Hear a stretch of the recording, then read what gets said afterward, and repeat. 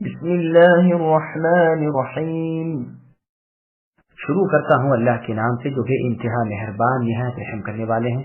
الف لام میم غلبت الروم في أدنى الأرض وهم من بعد غلبهم سيغلبون في بضع سنين لله الأمر من قبل ومن بعد ويومئذ يفرح المؤمنون بنصر الله ينصر من يشاء وهو العزيز الرحيم وعد الله لا يخلف الله وعده ولكن أكثر الناس لا يعلمون ظاهرا من الحياة الدنيا وهم عن الآخرة هم غافلون۔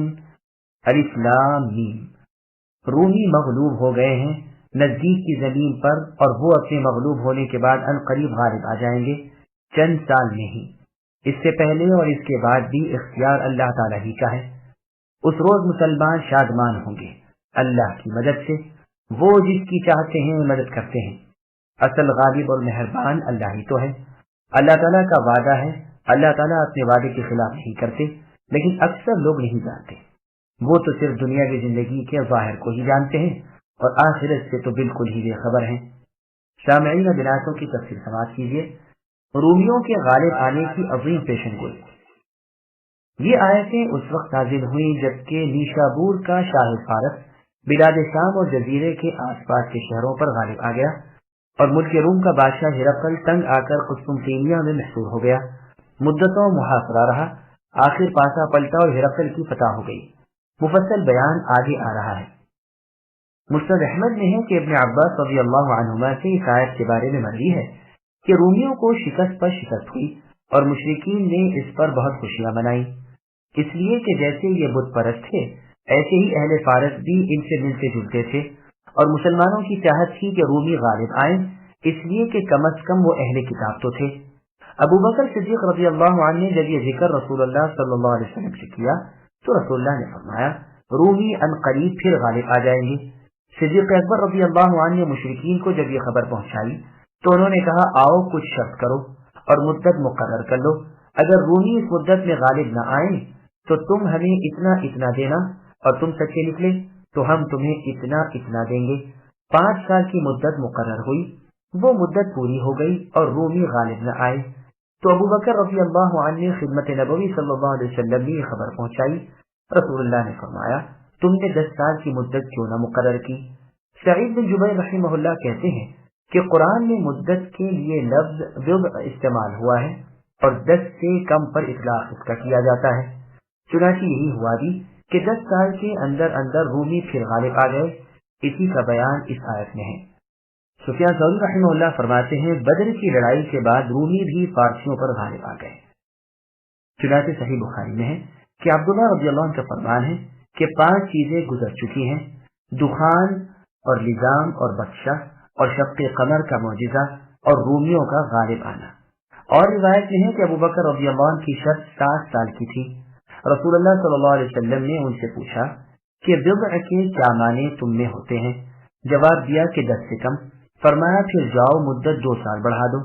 چنانچہ اسی مدت کے اندر اندر رومیوں کے غالب آ جانے کی خبریں عرب میں پہنچ گئیں اور مسلمان خوشیاں منانے لگے۔ اسی کا بیان ان آیتوں میں ہے۔ اور روایت میں ہے کہ مشرکوں نے صدیق اکبر رضی اللہ عنہ سے یہ آیت سن کر کہا کہ کیا تم اس میں بھی اپنے نبی کو سچا جانتے ہو؟ آپ رضی اللہ عنہ نے فرمایا ہاں، اس پر شرط ٹھہری اور مدت گزر چکی اور رومی غالب نہ آئے۔ رسول اللہ کو جب اس شرط کا علم ہوا تو آپ رنجیدہ ہوئے اور ابو بکر صدیق رضی اللہ عنہ سے فرمایا تم نے ایسا کیوں کیا؟ جواب ملا کہ اللہ تعالیٰ کے رسول کی سچائی پر بھروسہ کر کے۔ رسول اللہ نے فرمایا پھر جاؤ اور مدت 10 سال مقرر کر لو، خواہ چیز بھی بڑھانی پڑے۔ آپ رضی اللہ عنہ گئے، مشرکین نے دوبارہ بھی مدت بڑھا کر شرط منظور کر لی۔ ابھی 10 سال پورے نہیں ہوئے تھے کہ رومی فارس پر غالب آ گئے اور مدائن میں ان کے لشکر پہنچ گئے اور رومیہ کی بنا انہوں نے ڈالی۔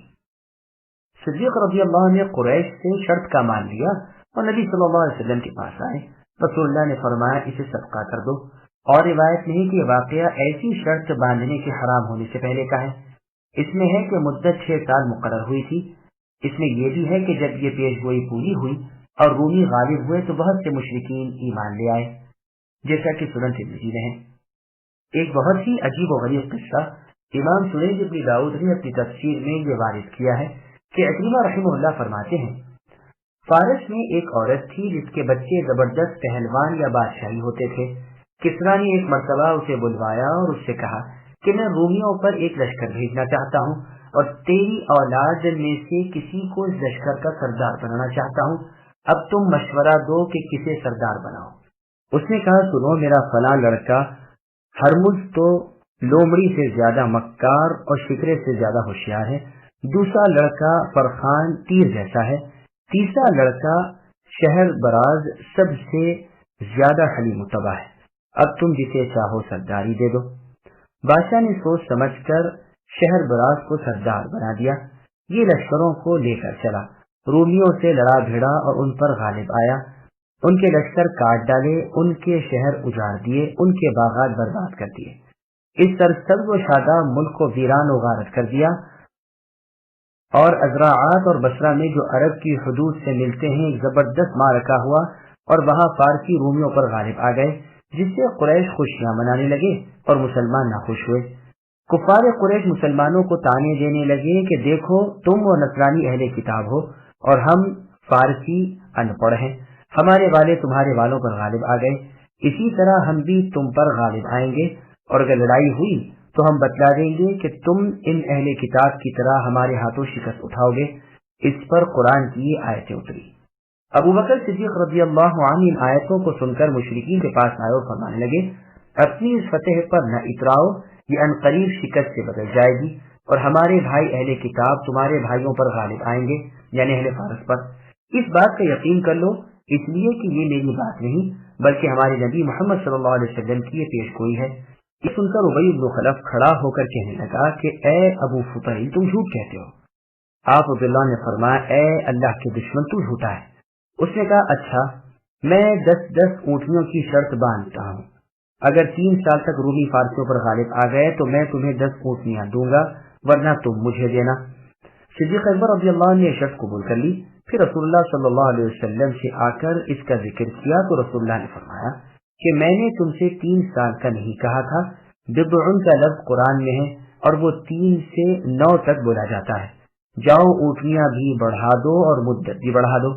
ابو بکر رضی اللہ عنہ چلے، جب ابئی کے پاس پہنچے یعنی ابی بن خلف کے، تو وہ کہنے لگا، شاید تمہیں پچھتاوا ہوا۔ آپ رضی اللہ نے فرمایا، سنو، میں تو پہلے سے بھی زیادہ تیار ہو کر آیا ہوں، آؤ مدت بھی بڑھا لو اور شرط کا مال بھی زیادہ کر لو۔ چنانچہ 100 اونٹ مقرر ہوئے اور 9 سال کی مدت ٹھہر گئی۔ اسی مدت میں رومی فارس پر غالب آ گئے اور مسلمان قریش پر چھا گئے۔ رومیوں کے غلبے کا واقعہ یوں ہوا کہ جب فارسی غالب آ گئے تو شہر براز کا بھائی فرخان شراب نوشی کرتے ہوئے کہنے لگا، میں نے دیکھا ہے کہ گویا میں کسریٰ کے تخت پر آ گیا ہوں اور فارس کا بادشاہ بن گیا ہوں۔ یہ خبر کسریٰ کو بھی پہنچ گئی۔ کسریٰ نے شہر براز کو لکھا کہ میرا یہ خط پاتے ہی اپنے اس بھائی کو قتل کر کے اس کا سر میرے پاس بھیج دے۔ شہر براز نے جواب لکھا کہ اے بادشاہ، تم اتنی جلدی نہ کرو، فرخان جیسا بہادر شیر اور جرأت کے ساتھ دشمنوں کے جھمکڑے میں گھسنے والا کسی کو تم نہ پاؤ گے۔ بادشاہ نے پھر جواب لکھا کہ اس سے بہت زیادہ بہتر اور شیر دل پہلوان میرے دربار میں ایک سے ایک بہتر موجود ہیں، تم اس کا غم نہ کرو اور میرے حکم کی فوراً تعمیل کرو۔ شہر براز نے پھر اس کا جواب لکھا اور دوبارہ بادشاہ کسریٰ کو سمجھایا۔ اس پر بادشاہ آنکھ بگولا ہو گیا۔ اس نے اعلان کر دیا کہ شہر براز سے میں نے سرداری چھین لی اور اس کی جگہ اس کے بھائی فرخان کو اپنے لشکر کا سپہ سالار مقرر کر دیا۔ اسی مضمون کا ایک خط لکھ کر قاصد کے ہمراہ شہر براز کو بھیج دیا کہ تم آج سے معزول ہو اور تم اپنا عہدہ فرخان کو دے دو۔ ساتھ ہی قاصد کو ایک پوشیدہ خط اور دیا کہ شہر براز جب اپنے عہدے سے اتر جائے اور فرخان اس عہدے پر آ جائے تو تم اسے میرا یہ فرمان دے دینا۔ قاصد جب وہاں پہنچا تو شہر براز نے خط پڑھتے ہی کہا کہ مجھے بادشاہ کا حکم منظور ہے، میں بخوشی اپنا عہدہ فرخان کو دے رہا ہوں۔ چنانچہ وہ تخت سے اتر گیا اور فرخان اپنے بھائی کو قبضہ دے دیا۔ فرخان جب تخت سلطنت پر بیٹھ گیا اور لشکر نے اس کی اطاعت قبول کر لی تو قاصد نے وہ دوسرا خط فرخان کے سامنے پیش کیا جس میں شہبراز کے قتل کا اور اس کا سر دربار شاہی میں بھیجنے کا فرمان تھا۔ فرخان نے اسے پڑھ کر شہربراز کو بلایا اور اس کی گردن مارنے کا حکم دے دیا۔ شہربراز نے کہا جلدی نہ کر، مجھے وصیت تو لکھ لینے دے۔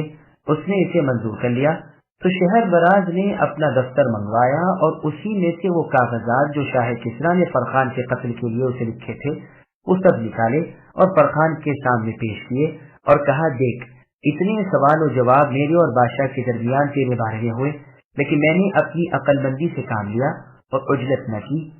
تو ایک خط دیکھتے ہی میرے قتل پر آمدہ ہو گیا۔ ذرا سوچ لے۔ ان خطوط کو دیکھ کر فرخان کی آنکھیں کھل گئیں۔ وہ فوراً تخت سے نیچے اتر گیا اور اپنے بھائی شہربراز کو پھر سے مالک کل بنا دیا، یعنی اس کو بادشاہت سونپ دی۔ شہربراز نے اسی وقت شاہ روم ہرقل کو خط لکھا کہ مجھے تم سے خفیہ ملاقات کرنی ہے اور ایک ضروری امر میں مشورہ کرنا ہے۔ اسے میں نہ تو کسی قاصد کی معرفت آپ کو کہلوا سکتا ہوں، نہ خط میں لکھ سکتا ہوں، بلکہ میں آپ ہی آمنے سامنے اس کو پیش کر دوں گا۔ 50 آدمی اپنے ساتھ لے کر خود آ جائیے اور 50 ہی میرے ساتھ ہوں گے۔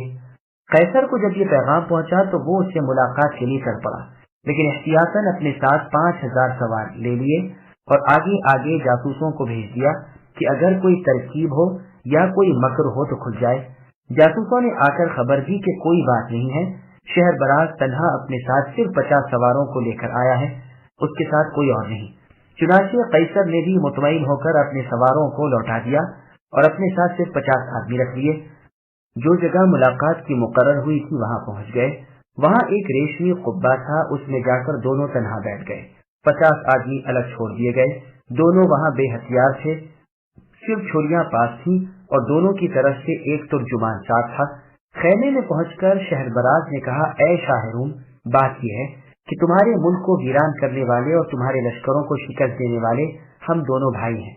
ہم نے اپنی چالاکیوں اور شجاعت سے یہ ملک اپنے قبضے میں کر لیا ہے، لیکن اب ہمارا بادشاہ کسریٰ ہم سے حسد کرتا ہے اور ہمارا مخالف بن بیٹھا ہے۔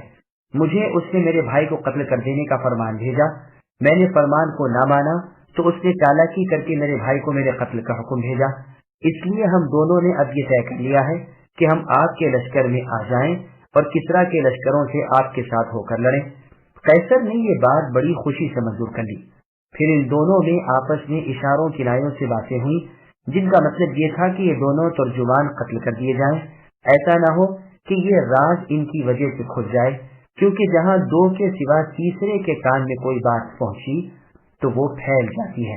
دونوں اس پر اتفاق کر کے کھڑے ہو گئے اور ہر ایک نے اپنی چھری سے اپنے ترجمان کا کام تمام کر دیا۔ پھر اللہ تعالیٰ نے کسریٰ کو ہلاک کیا اور حدیبیہ کے دن اس کی خبر رسول اللہ صلی اللہ علیہ وسلم کو ملی۔ اصحاب رسول اس سے بہت خوش ہوئے۔ یہ سیاق عجیب ہے اور یہ خبر غریب ہے۔ اب آیت کے الفاظ سے متعلق سنیے۔ حروف مقطعہ جو صورتوں کے شروع میں ہوتے ہیں ان کی بحث تو ہم کر ہی چکے ہیں۔ سورہ بقرہ کی تفسیر کا شروع دیکھ لیجیے۔ رومی سب کے سب عیس ابن اسحاق ابن ابراہیم کی نسل سے ہیں۔ بنو اسرائیل کے یہ چچا زاد بھائی ہیں۔ رومیوں کو بنو اصفر بھی کہتے ہیں۔ یہ یونانیوں کے مذہب پر تھے۔ یونانی یافس ابن نوح کی اولاد میں سے ہیں۔ ترکوں کے چچا زاد بھائی ہوتے ہیں۔ یہ ستارہ پرست تھے، ساتوں ستاروں کو مانتے اور پوجتے تھے۔ انہیں متحیرہ بھی کہا جاتا ہے۔ یہ قطب شمال کو قبلہ مانتے تھے۔ دمشق کی بنا انہی سے ہاتھوں پڑی ہے۔ وہیں انہوں نے اپنی عبادت گاہ بنائی جس کے محراب شمال کی طرف ہیں۔ عیسیٰ علیہ السلام کی نبوت کے بعد بھی 300 سال تک رومی اپنے پرانے خیالات پر ہی رہے۔ ان میں سے جو کوئی شام کا اور جزیرے کا بادشاہ ہو جاتا اسے قیصر کہا جاتا تھا۔ سب سے پہلے رومیوں کے بادشاہ قسطنطین ابن قسطس نے نصرانی مذہب قبول کیا۔ اس کی ماں کا نام مریم تھا۔ ہیلانیہ غندقانیہ تھی، حران کے رہنے والی۔ پہلے اسی نے نصرانیت قبول کی تھی، پھر اس کے کہنے سننے سے اس کے بیٹے نے بھی یہی مذہب اختیار کر لیا۔ یہ بڑا فلسفی، عقل مند اور مکار آدمی تھا۔ یہ بھی مشہور ہے کہ اس نے دراصل دل سے اس مذہب کو نہیں مانا تھا۔ اس زمانے میں نصرانی یہاں جمع ہو گئے، ان میں آپس میں مذہبی چھیڑ چھاڑ اور اختلافات اور مناظرے چھڑ گئے۔ عبداللہ ابن الیوس سے بڑے بڑے مناظرے ہوئے اور اس قدر انتشار و تفریق ہوئی کہ بیان سے باہر ہے۔ 318 پادریوں نے مل کر ایک کتاب لکھی جو بادشاہ کو دی گئی اور وہ شاہی عقیدہ تسلیم کی گئی۔ اسی کو امانت کبریٰ کہا جاتا ہے جو در حقیقت خیانت صغیرہ ہے۔ یہی فقہی کتابیں اسی زمانے میں لکھی گئیں، ان میں حلال حرام کے مسائل بیان کیے گئے اور ان کے علماء نے دل کھول کر جو چاہا ان میں لکھا۔ جس قدر دین میں آئی کمی زیادتی اصل دین مسیح نے کی اور اصل مذہب محرف و مبدل ہو گیا۔ مشرق کی جانب نمازیں پڑھنے لگے، بجائے ہفتے کے اتوار کے دن کو بڑا دن بنایا۔ صلیب کی پرستی شروع ہو گئی، خنزیر یعنی سور کو حلال کر لیا گیا اور بہت سے تہوار ایجاد کر لیے جیسے عید صلیب، عید قداس، عید غطاس وغیرہ۔ پھر ان علماء کے سلسلے قائم کیے گئے اور ایک تو بڑا پادری ہوتا تھا، پھر اس کے نیچے درجہ بدرجہ اور محکمے ہوتے تھے۔ رہبانیت اور ترک دنیا کی بگاڑ بھی ایجاد کر لی، کنیسے اور گرجے بہت سارے بنا لیے گئے اور شہر قسطنطینیہ کی بنیاد رکھی گئی اور اس بڑے شہر کو اسی بادشاہ کے نام پر نامزد کیا گیا۔ اس بادشاہ نے 12,000 گرجے بنا دیے، 3 محرابوں سے بیت لحم بنایا، اس کی ماں نے بھی قمامہ بنایا۔ ان لوگوں کو ملکیہ کہتے ہیں اس لیے کہ یہ لوگ اپنے بادشاہ کے دین پر تھے۔ ان کے بعد یعقوبیہ پھر نستوریہ، یہ سب نستور کے مخالف تھے۔ پھر ان کے بہت سے گروہ تھے، جیسے حدیث میں ہے کہ ان کے 72 فرقے ہو گئے۔ ان کی سلطنت برابر چلی آتی تھی، ایک کے بعد ایک قیصر ہوتا آتا تھا، یہاں تک کہ آخر میں قیصر ہرقل ہوا۔ یہ تمام بادشاہوں سے زیادہ عقل مند تھا، بہت بڑا عالم تھا، دانائی، زیرکی، دور اندیشی اور دور بینی میں اپنا ثانی نہیں رکھتا تھا۔ اس نے سلطنت بہت وسیع کر لی اور مملکت دور دراز تک پھیلا دی۔ اس کے مقابلے میں فارس کا بادشاہ کسرا کھڑا ہوا اور چھوٹی چھوٹی سلطنتوں نے بھی اس کا ساتھ دیا۔ اس کی سلطنت قیصر سے بھی زیادہ بڑی تھی۔ یہ مجوسی لوگ تھے، آگ کو پوجتے تھے۔ مندرجہ بالا روایت میں تو ہے کہ اس کا سپہ سالار مقابلے پر گیا، لیکن مشہور بات یہ ہے کہ خود کسرا اس کے مقابلے پر گیا۔ قیصر کو شکست ہوئی، یہاں تک کہ وہ قسطنطینیہ میں گھر گیا۔ نصرانی اس کی بڑی عزت و تعظیم کرتے تھے۔ گو کسرا لمبی مدت تک محاصرہ کیے پڑا رہا، لیکن دارالسلطنت کو فتح نہ کر سکا۔ ایک وجہ یہ بھی تھی کہ اس شہر کا نصف حصہ سمندر کی طرف تھا اور نصف خشکی سے ملا ہوا تھا، تو شاہ قیصر کو کمک اور رست تری کے راستے سے برابر پہنچتی رہی۔ آخر میں قیصر 1 سال چلا۔ اس نے کسرا کو کہلوا بھیجا کہ آپ جو چاہیں مجھ سے لے لیجئے اور جن شرائط پر چاہیں مجھ سے صلح کر لیجئے۔ کسرا اس پر خوش ہو گیا اور اتنا مال طلب کیا کہ وہ اور یہ مل کر بھی جمع کرنا چاہیں تو جمع ہونا ناممکن تھا۔ قیصر نے اسے بھی قبول کر لیا، کیونکہ اس نے اس سے کسرا کی بیوقوفی کا پتہ چلا لیا کہ یہ وہ چیز مانگتا ہے جس کا جمع کرنا دنیا کے اختیار سے باہر ہے، بلکہ ساری دنیا مل کر اس کا 10واں حصہ بھی جمع نہیں کر سکتی۔ قیصر نے کسرا سے کہلوا بھیجا کہ مجھے اجازت ملنی چاہیے کہ میں اپنے ملک شام میں چل پھر کر یہ دولت جمع کر لوں اور آپ کو سونپ دوں۔ اس نے درخواست منظور کر لی۔ اب شاہ روم نے اپنے لشکر کو جمع کیا اور ان سے کہا کہ میں ایک ضروری اور اہم کام کے لیے اپنے مخصوص احباب کے ساتھ جا رہا ہوں، اگر 1 سال کے اندر اندر آ جاؤں تو یہ ملک میرا ہے، ورنہ تمہیں اختیار ہے جسے چاہو اپنا بادشاہ تسلیم کر لینا۔ انہوں نے جواب دیا کہ ہمارے بادشاہ تو آپ ہی ہیں، خواہ 10 سال تک بھی آپ واپس نہ لوٹیں تو کیا ہوا۔ یہ یہاں سے مختصر سی جاباز جماعت لے کر چپ چاپ چل کھڑا ہوا۔ پوشیدہ راستوں سے نہایت ہوشیاری، احتیاط اور چالاکی سے بہت جلد فارس کے شہروں تک پہنچ گیا اور ایک دھاوا بول دیا۔ چونکہ یہاں کی فوجیں تو روم پہنچ چکی تھی، عوام کہاں تک مقابلہ کرتے، اس نے قتل عام شروع کر دیا جو سامنے پڑے تلوار کے کام آئے۔ یوں ہی بڑھتا چلا گیا یہاں تک کہ مدائن پہنچ گیا جو کسرا کی سلطنت کی کرسی تھی۔ وہاں کی محافظ فوج پر بھی غالب آیا، انہیں بھی قتل کر دیا اور چاروں طرف سے مال جمع کیا، ان کی تمام عورتوں کو قید کر لیا اور تمام لڑنے والوں کو قتل کر ڈالا۔ کسرا کے لڑکے کو زندہ گرفتار کیا، اس کی محل سرائی کے عورتوں کو زندہ گرفتار کیا، اس کی درباردار عورتیں وغیرہ بھی پکڑ لی گئیں۔ اس کے لڑکے کا سر منڈا کر گدھے پر بٹھا کر عورتوں سمیت کسرا کی طرف بھیجا کہ لیجیے جو مال اور عورتیں اور غلام آپ نے مانگے تھے وہ حاضر ہیں۔ جب یہ قافلہ کسرا کے پاس پہنچا، کسرا کو سخت صدمہ ہوا۔ یہ ابھی تک قسطنطینیہ کا محاصرہ کیے پڑا تھا اور قیصر کی واپسی کا انتظار کر رہا تھا کہ اس کے پاس اس کا کل خاندان اور ساری حرم سرا اس ذلت کی حالت میں پہنچی۔ یہ سب غضبناک ہوا اور بڑا سخت حملہ شہر پر کر دیا، لیکن اس میں کوئی کامیابی نہ ہوئی۔ اب یہ نہر جیحون کی طرف چلا کہ قیصر کو وہاں روک لے، کیونکہ فارس سے قسطنطنیہ آنے کا راستہ یہی تھا۔ قیصر نے اسے سن کر پہلے سے بھی زبردست ہلا کیا، یعنی اس نے اپنے لشکر کو تو دریا کے اس دہانے کے پاس چھوڑا اور آپ تھوڑے سے آدمی لے کر سوار ہو کر پانی کے بہاؤ کی طرف چل دیا۔ کوئی ایک دن رات کا راستہ چلنے کے بعد اپنے ساتھی جو کٹی، چارہ، لیز، گوبر وغیرہ لے گیا تھا اسے پانی میں بہا دیا۔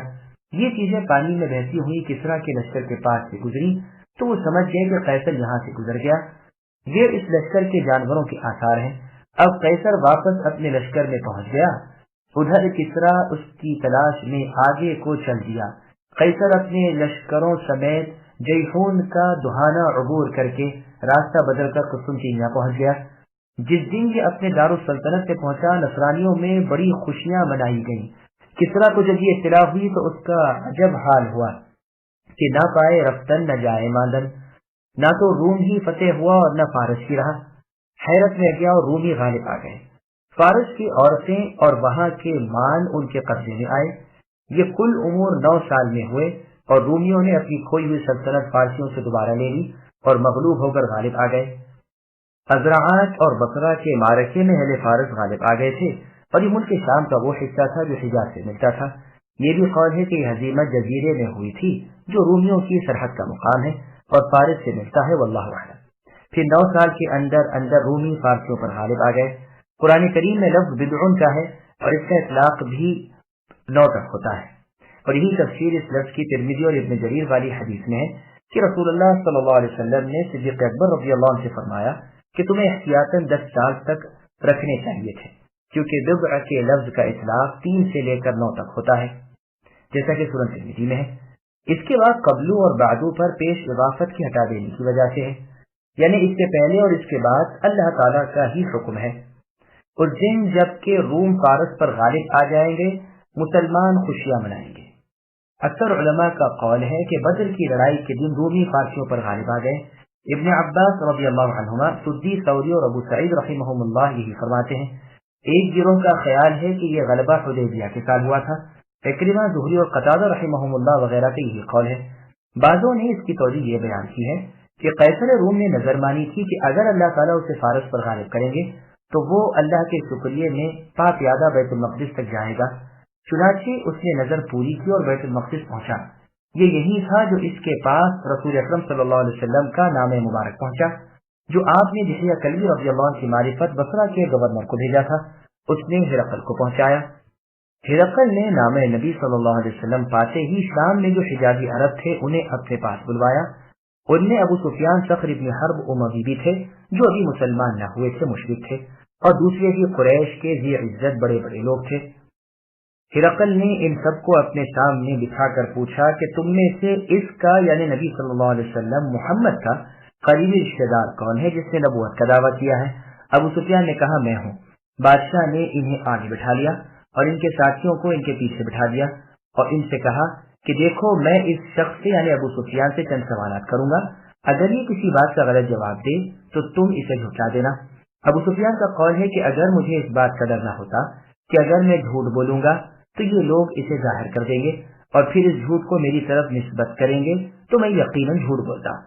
اب ہرقل نے بہت سے سوالات کیے، مثلا رسول اللہ کے حسب نسب کی نسبت، رسول اللہ کے اوصاف و عادات کے متعلق وغیرہ وغیرہ۔ انہی میں ایک سوال یہ بھی تھا کہ کیا وہ یعنی نبی صلی اللہ علیہ وسلم غداری کرتے ہیں؟ ابو سفیان نے کہا کہ آج تک تو کبھی بدعہدی، وعدہ شکنی اور غداری نہیں کی۔ اس وقت ہم میں ان میں ایک معاہدہ ہے، نہ جانے اس میں وہ کیا کرے۔ ابو سفیان کے اس قول سے مراد صلح حدیبیہ ہے جس میں رسول اللہ اور قریش نے یہ بات بھی ٹھہری تھی کہ 10 سال تک کوئی لڑائی آپس میں نہ ہوگی۔ یہ واقعہ اس قول کی پوری دلیل بن سکتا ہے کہ رومی فارس پر حدیبیہ کے سال غالب آئے تھے، اس لیے کہ قیصر نے اپنی نظر حدیبیہ کے بعد پوری کی تھی، واللہ اعلم۔ لیکن اس کا جواب وہ لوگ جو کہتے ہیں کہ غلبہ روم فارس پر بدر کے ساتھ ہوا تھا یہ دے سکتے ہیں کہ چونکہ ملک کی اقتصادی اور مالی حالت بہت گر گئی تھی، اس لیے 4 سال تک ہرقل نے اپنی پوری توجہ ملک کی خوشحالی اور آبادی پر رکھی۔ اس کے بعد اس طرف سے اطمینان حاصل کر کے نظر کو پوری کرنے کے لیے روانہ ہوا، واللہ اعلم۔ یہ اختلاف کوئی ایسا اہم امر نہیں۔ ہاں، مسلمان رومیوں کے غلبے سے خوش ہوئے اس لیے کہ گو وہ کیسے ہی ہوں تاہم تھے تو اہل کتاب، اور ان کے مقابل مجوسیوں کی جماعت تھی جنہیں کتاب سے دور کا تعلق بھی نہ تھا، تو لازمی امر تھا کہ مسلمان ان کے غلبے سے ناخوش ہوں اور رومیوں کے غلبے سے خوش ہوں۔ خود قرآن میں موجود ہے کہ ایمان والوں کے سب سے زیادہ دشمن یہود اور مشرک ہیں، اور ان سے دوستیاں رکھنے میں سب سے زیادہ قریب وہ لوگ ہیں جو اپنے آپ کو نصارہ کہتے ہیں، اس لیے کہ ان میں علماء اور درویش لوگ ہیں اور یہ متکبر نہیں۔ قرآن سن کر یہ رو دیتے ہیں کیونکہ حق کو جان لیتے ہیں، پھر اقرار کرتے ہیں کہ اے اللہ ہم ایمان لائے، آپ ہمیں بھی ماننے والوں میں کر لیجئے۔ بس یہاں بھی فرمایا کہ مسلمان اس دن خوش ہوں گے جس دن اللہ تعالیٰ رومیوں کی مدد کریں گے۔ وہ اللہ تعالیٰ جس کی چاہتے ہیں مدد کرتے ہیں، وہ بڑے غالب اور بہت بڑے مہربان ہیں۔ زبیر کلابی رضی اللہ عنہ فرماتے ہیں، میں نے فارسیوں کا رومیوں پر غالب آنا، پھر رومیوں کا فارسیوں پر غالب آنا، پھر روم اور فارس دونوں پر مسلمانوں کا غالب آنا خود اپنی آنکھوں سے 15 سال کے اندر دیکھ لیا۔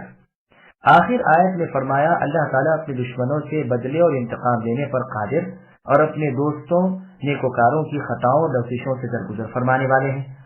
جو خبر تمہیں دی ہے کہ رومی عنقریب فارسیوں پر غالب آ جائیں گے، یہ اللہ تعالیٰ کی خبر ہے، اللہ تعالیٰ کی اطلاع ہے، رب تعالیٰ کا وعدہ ہے، یہ پروردگار کا فیصلہ ہے، ناممکن ہے کہ غلط نکلے، ٹل جائے یا خلاف ہو جائے۔ جو حق سے قریب ہو اسے بھی رب تعالیٰ حق سے بہت دور والوں پر غالب رکھتے ہیں۔ ہاں اللہ تعالیٰ کی حکمتوں کو کم علم جان نہیں سکتے۔ اکثر لوگ دنیا کا تو علم خوب رکھتے ہیں، اس کی گتھیاں منٹوں میں سلجھا دیتے ہیں، اس میں خوب دماغ دوڑاتے ہیں، اس کے برے بھلے نفع نقصان کو پہچان لیتے ہیں، بیک نگاہ اس کی اونچ نیچ دیکھ لیتے ہیں، دنیا کمانے کا پیسے جوڑنے کا خوب سلیقہ رکھتے ہیں، لیکن امور دین میں اخروی کاموں میں محض جاہل، غبی اور کم فہم ہوتے ہیں۔ یہاں نہ دماغ کام کرے، نہ سمجھ پہنچ سکے، نہ غور و فکر کی عادت۔ حسن بصری رحمہ اللہ فرماتے ہیں، بہت سے ایسے بھی ہیں کہ نماز تک تو ٹھیک پڑھ نہیں سکتے، لیکن درہم چٹکی میں لیتے ہی وزن بتا دیا کرتے ہیں۔ اسی طرح تفسیر میں جلیل میں ابن عباس رضی اللہ عنہما کا قول فرماتے ہیں، دنیا کی آبادی اور رونق کی تو 200 صورتیں ان کے ذہن گھڑ لیتا ہے، لیکن دین میں محض جاہل، آخرت سے بالکل غافل ہیں۔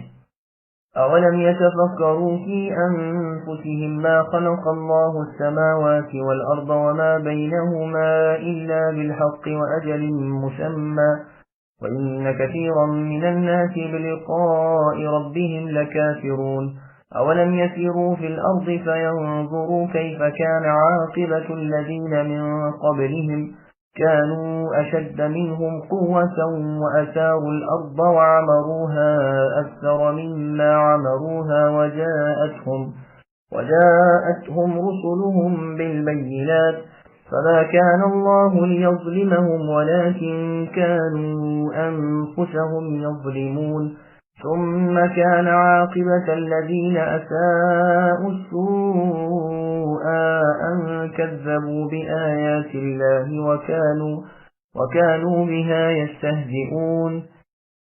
کیا ان لوگوں نے اپنے دل میں یہ غور نہیں کیا کہ اللہ تعالیٰ نے آسمانوں کو اور زمین کو اور ان کے درمیان جو کچھ ہے سب کو بہترین قرینے سے مقرر وقت تک کے لیے ہی پیدا کیا ہے۔ ہاں اکثر لوگ یقیناً اپنے رب تعالیٰ کی ملاقات کے منکر ہیں۔ کیا انہوں نے زمین میں چل پھر کر یہ نہیں دیکھا کہ ان سے پہلے کے لوگوں کا انجام کیسا ہوا؟ وہ ان سے بہت زیادہ توانا اور طاقتور تھے، انہوں نے بھی زمین بوئی جوتی تھی اور ان سے زیادہ آبادی کی تھی، ان کے پاس ان کے رسول معجزے لے کر آئے تھے۔ یہ تو ناممکن تھا کہ اللہ تعالیٰ ان پر ظلم کرتے، بلکہ دراصل وہ خود اپنی جانوں پر ظلم کرتے تھے۔ پھر آخر برا کرنے والوں کا برا ہی ہوا، اس لیے کہ وہ اللہ تعالیٰ کی آیتوں کو جھٹلاتے تھے اور ان کی ہنسی اڑاتے تھے۔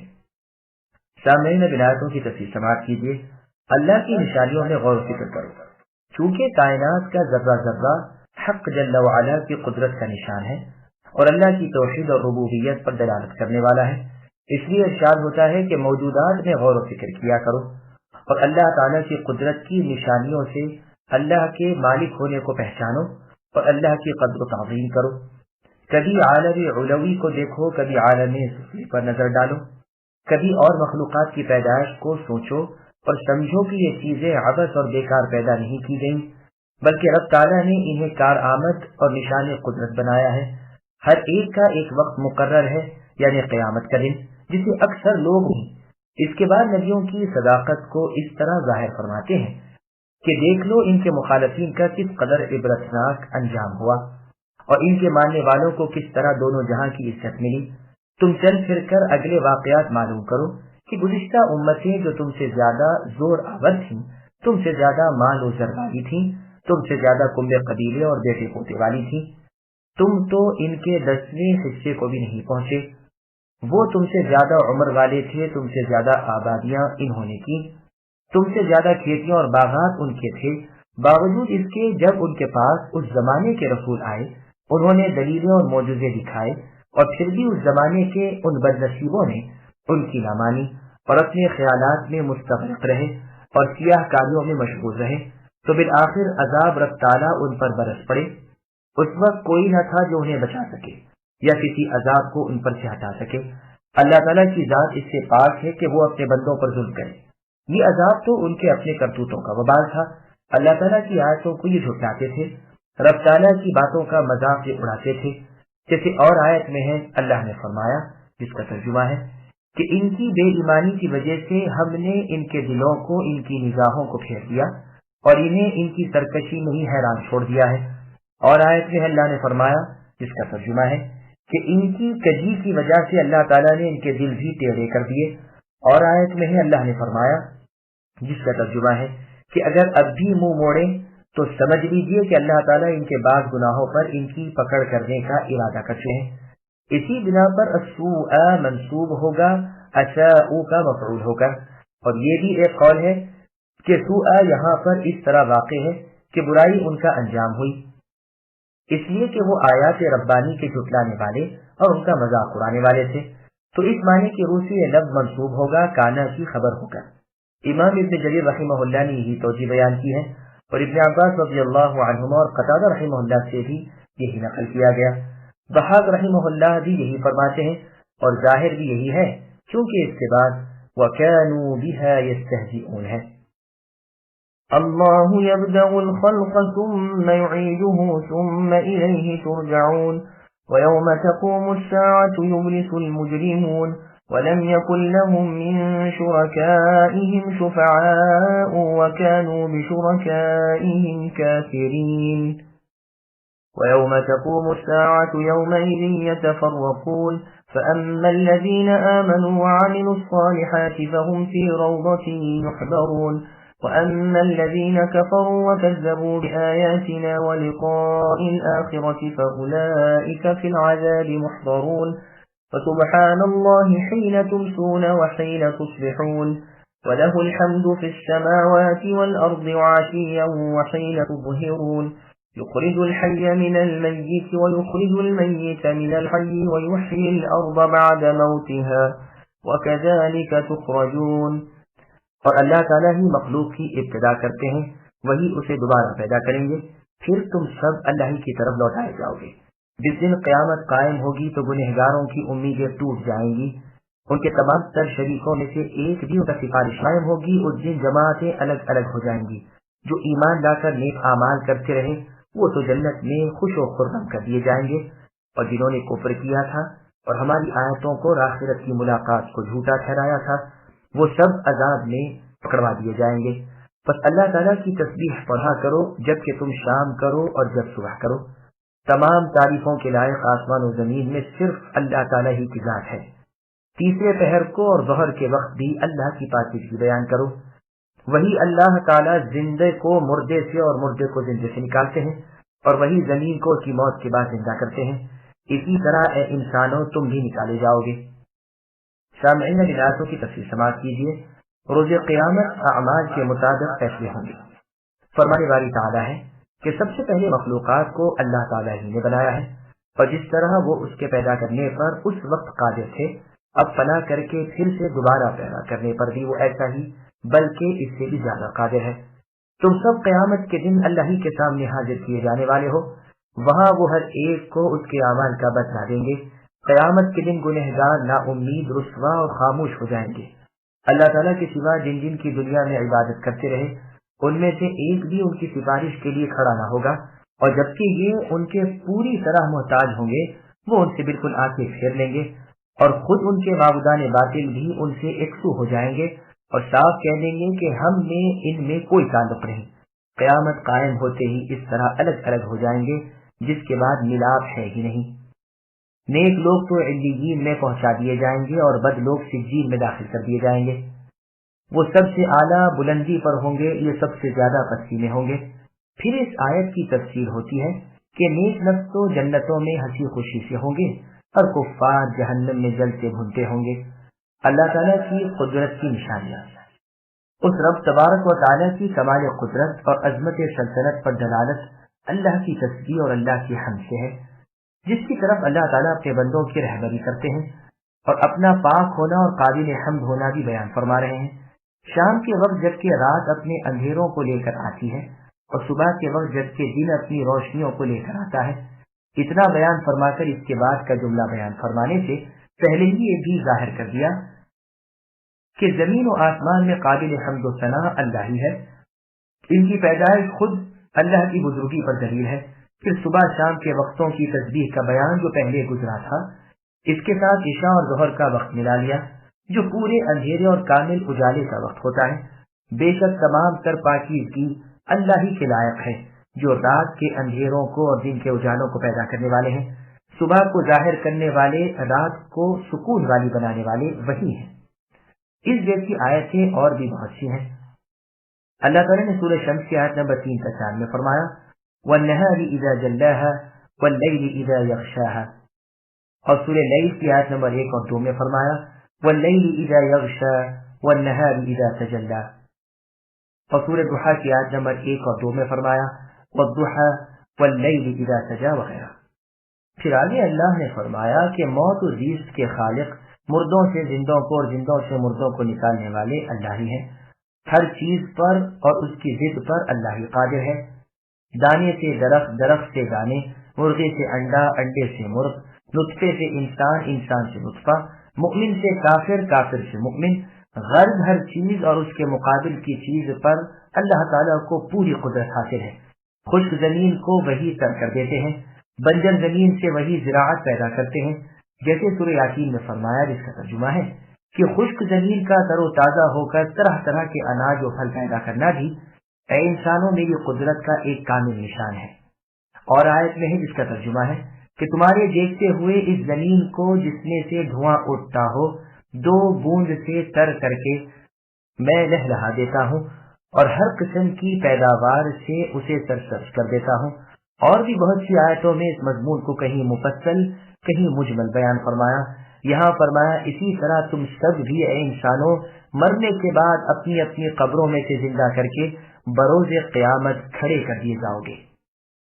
وَمِنْ آيَاتِهِ أَنْ خَلَقَكُم مِّن تُرَابٍ ثُمَّ إِذَا أَنْتُمْ بَشَرٌ تَنْتَشِرُونَ وَمِنْ آيَاتِهِ أَنْ خَلَقَ لَكُم مِّنْ أَنفُسِكُمْ أَزْوَاجًا لِتَسْكُنُوا إِلَيْهَا وَجَعَلَ بَيْنَكُم مَّوَدَّةً وَرَحْمَةً إِنَّ فِي ذَلِكَ لَآيَاتٍ لِقَوْمٍ يَتَفَكَّرُونَ۔ اور اللہ تعالیٰ کی نشانیوں میں سے ایک تمہاری مٹی سے پیدائش ہے کہ پھر انسان بن کر چلتے پھرتے ہو، اور اللہ کی نشانیوں میں سے تمہاری ہی جنس کی بیویاں پیدا کرنا ہے تاکہ تم ان سے یعنی اپنی بیویوں سے آرام پاؤ۔ اللہ نے تمہارے درمیان محبت اور مہربانی قائم کر دی۔ یقیناً غور و فکر کرنے والوں کے لیے اس میں بہت سی نشانیاں ہیں۔ سامعین بناتوں کی تفصیل سماعت کیجیے۔ انسانی جسم کی تخلیق توحید باری تعالیٰ کی دلیل ہے۔ اللہ تعالیٰ فرماتے ہیں کہ اللہ کی قدرت کی بے شمار نشانیوں میں سے ایک نشانی یہ بھی ہے کہ اللہ نے تمہارے باپ آدم علیہ السلام کو مٹی سے پیدا کیا، تم سب کو اللہ نے بے وقعت پانی کے قطرے سے پیدا کیا یعنی منی سے، پھر تمہاری بہت اچھی صورتیں بنائی، نطفے سے خون بستے کی شکل میں، پھر گوشت کے لوتھڑے کی صورت میں ڈھال کر، پھر ہڈیاں بنائی اور ہڈیوں کو گوشت پہنایا، پھر روح پھونکی، آنکھ کان ناک پیدا کیے، ماں کے پیٹ سے سلامتی سے نکالا، پھر کمزوری کو قوت سے بدلا، دن بدن طاقتور اور مضبوط قد آور اور زور آور کیا، عمر دی، حرکت و سکون کی طاقت دی، اسباب اور آلات دیے اور مخلوق کا سردار بنایا اور ادھر سے ادھر پہنچنے کے ذرائع دیے، سمندروں کی نیز زمین کی مختلف سواریاں عطا فرمائی، عقل، علم، سوچ سمجھ، تدبر غور کے لیے دل عطا فرمائے، دنیاوی کام سمجھائے، رزق عزت حاصل کرنے کے طریقے کھول دیے، ساتھ ہی آخرت کو سنوارنے کا علم اور عمل بھی سکھایا۔ پاک ہے وہ اللہ تعالیٰ جو ہر چیز کا صحیح اندازہ کرتے ہیں، ہر ایک کو ایک مرتبے پر رکھتے ہیں، شکل و صورت میں، بول چال میں، امیری فقیری میں، عقل و ہنر میں، بھلائی برائی میں، سعادت و شقاوت میں، ہر ایک کو جدا گانا کر دیا تاکہ ہر شخص رب تعالیٰ کی بہت سی نشانیاں اپنے میں اور دوسرے میں دیکھ لے۔ مسند امام احمد میں حدیث ہے کہ رسول اللہ صلی اللہ علیہ وسلم نے فرمایا، اللہ تعالیٰ نے تمام زمین سے ایک مٹھی مٹی کی لے کر اس سے آدم علیہ السلام کو پیدا کیا، بس مختلف حصوں کی طرح اولاد آدم کی مختلف رنگتیں ہوئیں، کوئی سفید، کوئی سرخ، کوئی سیاہ، کوئی خبیث، کوئی طیب، کوئی خوش خلق، کوئی بد خلق وغیرہ۔ پھر آگے اللہ فرماتے ہیں کہ اللہ تعالیٰ کی ایک نشانی قدرت یہ بھی ہے کہ اللہ نے تمہاری ہی جن سے تمہارے جوڑے بنائے کہ وہ تمہاری بیویاں بنتی ہیں اور تم ان کے خاوند ہوتے ہو، یہ اس لیے کہ تمہیں ان سے سکون و راحت، آرام و آسائش حاصل ہو۔ جیسے اور آیت میں ہے جس کا ترجمہ ہے، اللہ تعالیٰ نے تمہیں ایک ہی نفس یعنی آدم علیہ السلام سے پیدا کیا اور انہی سے ان کی بیوی پیدا کی یعنی حوا، تاکہ وہ اس کی طرف راحت حاصل کرے۔ حوا علیہ السلام آدم علیہ السلام کی بائیں پسلی سے جو سب سے زیادہ چھوٹی ہے پیدا ہوئی ہیں، بس اگر انسان کا جوڑا انسان سے نہ ملتا اور کسی اور جن سے اس کا جوڑا بنتا تو موجودہ الفت و رحمت اس میں نہ ہو سکتی۔ یہ پیار و اخلاص ایک جنسی کی وجہ سے ہے، ان میں آپس میں محبت و مودت، رحمت و الفت، پیار و اخلاص، رحم اور مہربانی ڈال دی۔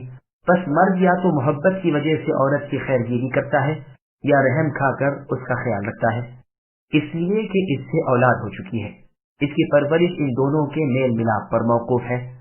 الغرض بہت سی وجوہات رب العالمین نے رکھ دی ہیں جن کے باعث انسان بآرام اپنے جوڑے کے ساتھ اپنی زندگی گزارتا ہے۔ یہ بھی رب تعالیٰ کی مہربانی اور اللہ کی قدرت کاملہ کی ایک زبردست نشانی ہے۔ ادنا سا غور کر لے، انسان کا ذہن اس تک پہنچ جاتا ہے۔ ومن آياته خلق السماوات والأرض واختلاف ألسنتكم وألوانكم إن في ذلك لآيات للعالمين ومن آياته منامكم بالليل والنهار وابتغاؤكم من فضله إن في ذلك لآيات لقوم يسمعون۔ اور اللہ کی قدرت کی نشانیوں میں سے آسمانوں اور زمین کی پیدائش اور تمہاری زبانوں اور رنگتوں کا اختلاف بھی ہے۔ دانش مندوں کے لیے اس میں یقیناً بڑی بڑی عبرتیں ہیں۔ اور بھی اللہ کی قدرت کی نشانی تمہاری راتوں اور دن کی نیند میں ہے، اور اللہ کے فضل یعنی روزی کو تمہارا تلاش کرنا بھی۔ جو لوگ کان لگا کر سننے کے عادی ہیں ان کے لیے اس میں بہت سی نشانیاں ہیں۔ سامعین بلاتوں کی تفصیل سماعت کیجیے۔ زبانوں اور رنگتوں کا اختلاف اللہ تعالیٰ کی قدرت کا ایک مظہر ہے۔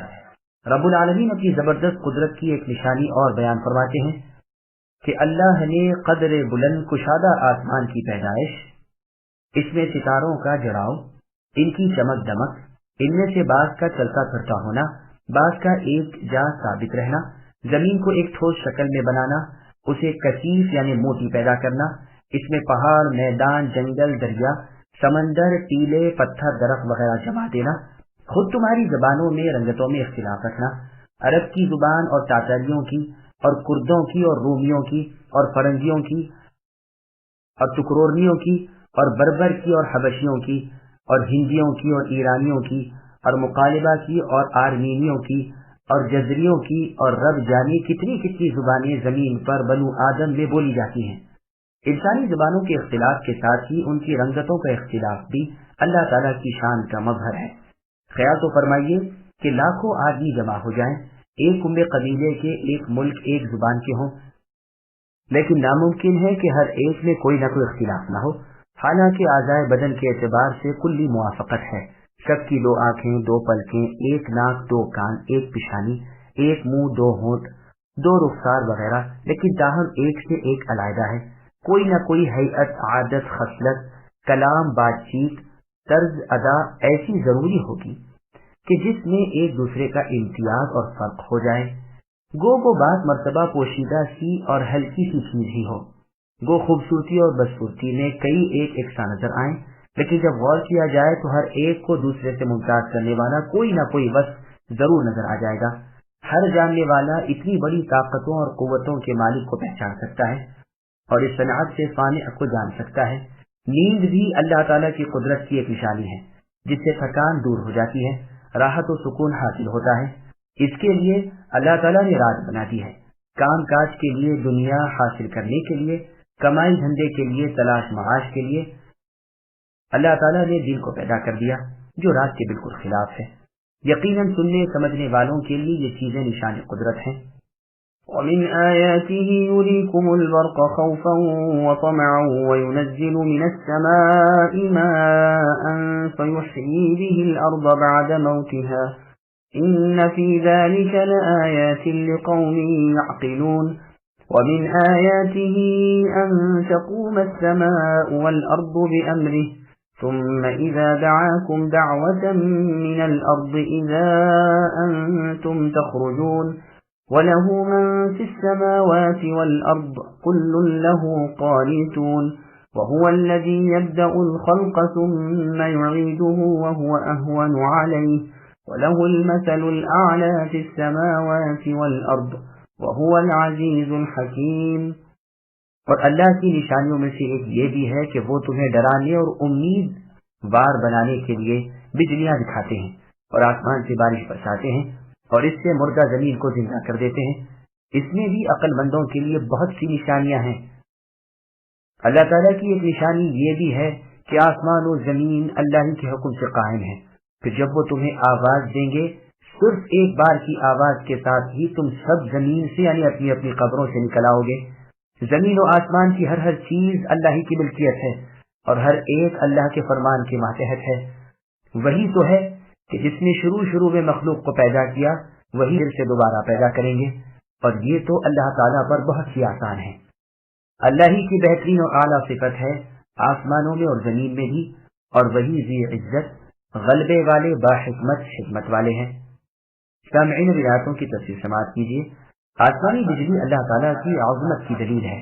اللہ تعالیٰ کی عظمت پر دلالت کرنے والی ایک اور نشانی بیان کی جا رہی ہے کہ آسمانوں پر اللہ کے حکم سے بجلی گونجتی ہے، جسے دیکھ کر کبھی تمہیں دہشت لگنے لگتی ہے کہ کہیں ایسا نہ ہو کڑک کسی کو ہلاک کر دے، کہیں بجلی گرے وغیرہ، اور کبھی تمہیں امید بنتی ہے کہ اچھا ہوا اب بارش برسے گی، پانی کی ریل پیل ہوگی، ترسالی ہو جائے گی وغیرہ۔ وہی تو ہے کہ جو آسمان سے پانی اتارتے ہیں اور اس زمین کو جو خشک پڑی ہوئی تھی جس پر نام و نشان کو کوئی ہریاول تراوت نہ تھی، مثل مردے کے بیکار تھی، اس بارش سے وہ زندہ کر دیتے ہیں۔ زمین لہلہانے لگتی ہے، ہری بھری ہو جاتی ہے اور طرح طرح کی پیداوار اگا دیتی ہے۔ عقل مندوں کے لیے اللہ تعالیٰ کی عظمت کی یہ ایک جیتی جاتی تصویر ہے۔ وہ اس نشان کو دیکھ کر یقین کر لیتے ہیں کہ اس زمین کو زندہ کرنے والے اللہ تعالیٰ ہماری موت کے بعد ہمیں بھی ازتر نو زندہ کر دینے پر قادر ہے۔ اللہ کی ایک نشانی یہ بھی ہے کہ زمین و آسمان اللہ ہی کے حکم سے قائم ہے۔ وہ آسمان کو زمین پر گرنے نہیں دیتے، وہ آسمان و زمین کو تھامے ہوئے ہیں اور انہیں زوال سے بچائے ہوئے ہیں۔ عمر بن خطاب رضی اللہ عنہ جب کوئی تاکیدی قسم کھانا چاہتے تو فرماتے، اس اللہ تعالیٰ کی قسم جس کے حکم سے زمین و آسمان ٹھہرے ہوئے ہیں، پھر قیامت کے دن وہ زمین و آسمان کو بدل دیں گے، مردے اپنی قبروں سے زندہ کر کے نکالے جائیں گے، خود اللہ تعالیٰ انہیں آواز دیں گے اور یہ صرف ایک آواز پر زندہ ہو کر اپنی قبروں سے نکل کھڑے ہوں گے۔ جیسی اور آیت میں ہے، اللہ نے فرمایا، جس کا ترجمہ ہے کہ جس دن وہ تمہیں پکاریں گے یعنی اللہ تعالیٰ، تم اللہ کی حمد کرتے ہوئے اللہ کو جواب دو گے اور یقین کر لو گے کہ تم بہت ہی کم رہے یعنی دنیا کے اندر۔ اور آیت میں ہے یعنی سورہ نازعات کی آیت نمبر 13 اور 14 میں، فَإِنَّمَا هِيَ زَجْرَةٌ وَاحِدَةٌ فَإِذَا هُمْ بِالسَّاهِرَةِ، صرف ایک ہی آواز سے ساری مخلوق میدان محشر میں جمع ہو جائے گی۔ اور سورہ یاسین کی آیت نمبر 53 میں ہے، إِن كَانَتْ إِلَّا صَيْحَةً وَاحِدَةً فَإِذَا هُمْ جَمِيعٌ لَدَيْنَا مُحْضَرُونَ، یعنی وہ تو صرف ایک آواز ہوگی جسے سنتے ہی سب کے سب ہمارے سامنے حاضر ہو جائیں گے۔ دوسری مرتبہ کی پیدائش تو اللہ تعالیٰ پر بہت آسان ہے۔ اللہ تعالیٰ فرماتے ہیں کہ تمام آسمانوں اور ساری زمینوں کی مخلوق اللہ تعالیٰ ہی کی ہے، سب اللہ کی لونڈی غلام ہیں، سب اللہ ہی کی ملکیت میں ہیں، ہر ایک اللہ کے سامنے عاجز و لاچار، مجبور و بے بس ہے۔ ابتدائی پیدائش بھی اللہ ہی نے کی اور وہی دوبارہ اسے پیدا کر دیں گے، اور اعادہ بنسبت ابتدا کے عادتاً آسان اور ہلکا ہوتا ہے۔ صحیح بخاری میں ہے کہ رسول اللہ صلی اللہ علیہ وسلم فرماتے ہیں، اللہ تعالیٰ کا ارشاد ہے کہ مجھے ابن آدم جھٹلاتا ہے اور اسے یہ چاہیے نہیں تھا، وہ مجھے برا کہتا ہے اور یہ بھی اسے لائق نہ تھا۔ اس کا جھٹلانا تو یہ ہے کہ کہتا ہے جس طرح اس نے مجھے اولاً پیدا کیا اس طرح دوبارہ پیدا کر نہیں سکتا، حالانکہ دوسری مرتبہ کی پیدائش پہلی دفعہ کی پیدائش سے بالکل ہی آسان ہوا کرتی ہے۔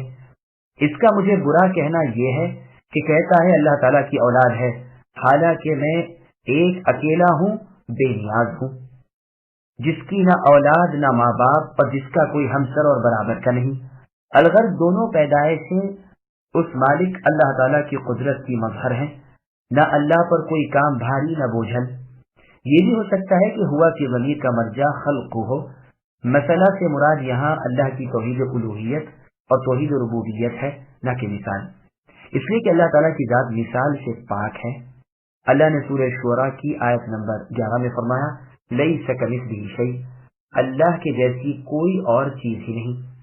بعض اہل ذوق نے کہا ہے کہ جب صاف شفاف پانی کا ستھرا پاک صاف حوض ٹھہرا ہوا ہو اور باد صبا کے تھپیڑے اسے ہلاتے جلاتے نہ ہو، اس وقت اس میں آسمان صاف نظر آتا ہے، سورج اور چاند ستارے بالکل دکھائی دیتے ہیں۔ اسی طرح بزرگوں کے دل ہیں جن میں وہ اللہ تعالیٰ کی عظمت و جلال کو ہمیشہ دیکھتے رہتے ہیں۔ وہ اللہ تعالیٰ غالب ہے جس پر کسی کا بس نہیں، نہ اللہ کے سامنے کسی کو کچھ چل سکے، ہر چیز اللہ ہی کی ماتحتی میں اور اللہ کے سامنے پست و لاچار عاجز و بے بس ہے۔ اللہ کی قدرت، سطوت، سلطنت ہر چیز پر محیط اور گھیرے ہوئے ہیں۔ وہ اللہ تعالیٰ حکمت والے ہیں اپنے تمام باتوں میں اور تمام کاموں میں، شریعت میں، تقدیر میں، غرض ہر امر میں۔ محمد ابن منکدر رحمہ اللہ فرماتے ہیں مثل اعلیٰ سے مراد لا الہ الا اللہ ہے۔ ضرب لكم مثلا من أنفسكم هل لكم مما ملكت أيمانكم من شركاء فيما رزقناكم فأنتم فيه سواء تخافونهم كخيفتكم أنفسكم كذلك نفصل الآيات لقوم يعقلون بل اتبع الذين ظلموا أهواءهم بغير علم فمن يهدي من أضل الله وما لهم من ناصرين۔ اللہ تعالیٰ نے تمہارے لیے ایک مثال خود تمہاری ہی بیان فرمائی۔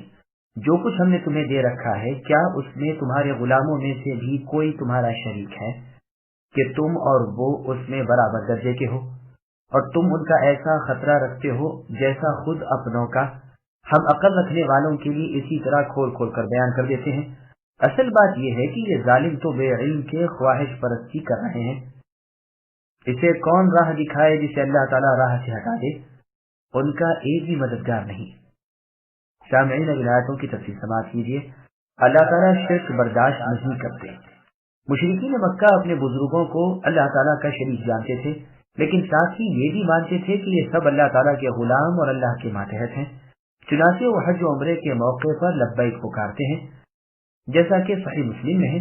وہ کہا کرتے تھے لبیک لا شریک لک الا شریکا هو لک تملکه وما ملک، یعنی اے اللہ ہم آپ کے دربار میں حاضر ہیں، آپ کا کوئی شریک نہیں ہے مگر وہ کہ وہ خود اور جس چیز کا وہ مالک ہے سب آپ کی ملکیت میں ہے، یعنی ہمارے شریکوں کے اور ان کی ملکیت کے تو آپ ہی اصلی مالک ہیں۔ بس یہاں انہیں ایک ایسی مثال سے سمجھایا جا رہا ہے جو خود یہ اپنے نفس میں ہی پائیں اور بہت اچھی طرح غور و خوض کر سکے۔ تو اللہ تعالیٰ فرماتے ہیں کہ کیا تم میں سے کوئی بھی اس امر پر راضی رضامند ہوگا کہ اس کے کل مال وغیرہ میں اس کے غلام اس کے برابر کے شریک ہوں، اور ہر وقت اسے یہ دھڑکا رہتا ہو کہ کہیں وہ تقسیم کر کے میری جائیداد اور ملکیت آدھو آدھ بانٹ نہ لے جائیں۔ بس جس طرح تم یہ بات اپنے لیے پسند نہیں کرتے، اللہ تعالیٰ کے لیے بھی دینا چاہو۔ جس طرح غلام آقا کی ہمسری اور برابری نہیں کر سکتا، اسی طرح اللہ تعالیٰ کا کوئی بندہ اللہ تعالیٰ کا شریک نہیں ہو سکتا۔ یہ عجب نا انصافی ہے کہ اپنے لیے جس بات سے چڑھیں اور نفرت کریں، اللہ کے لیے وہی بات ثابت کرنے بیٹھ جائیں۔ خود بیٹوں سے جلتے بھنتے تھے، اتنا سنتے ہی کہ تیرے ہاں لڑکی ہوئی ہے منہ کالے پڑ جاتے تھے، اور اللہ تعالیٰ کے مقرر فرشتوں کو اللہ تعالیٰ کی لڑکیاں کہتے تھے۔ اسی طرح خود اس بات کے کبھی روادار نہیں ہونے کے کہ اپنے غلاموں کو اپنا برابر کا شریک و صحیح سمجھیں، لیکن اللہ تعالیٰ کے غلاموں کو اللہ تعالیٰ کا شریک سمجھ رہے ہیں۔ کس قدر انصاف کا خون ہے۔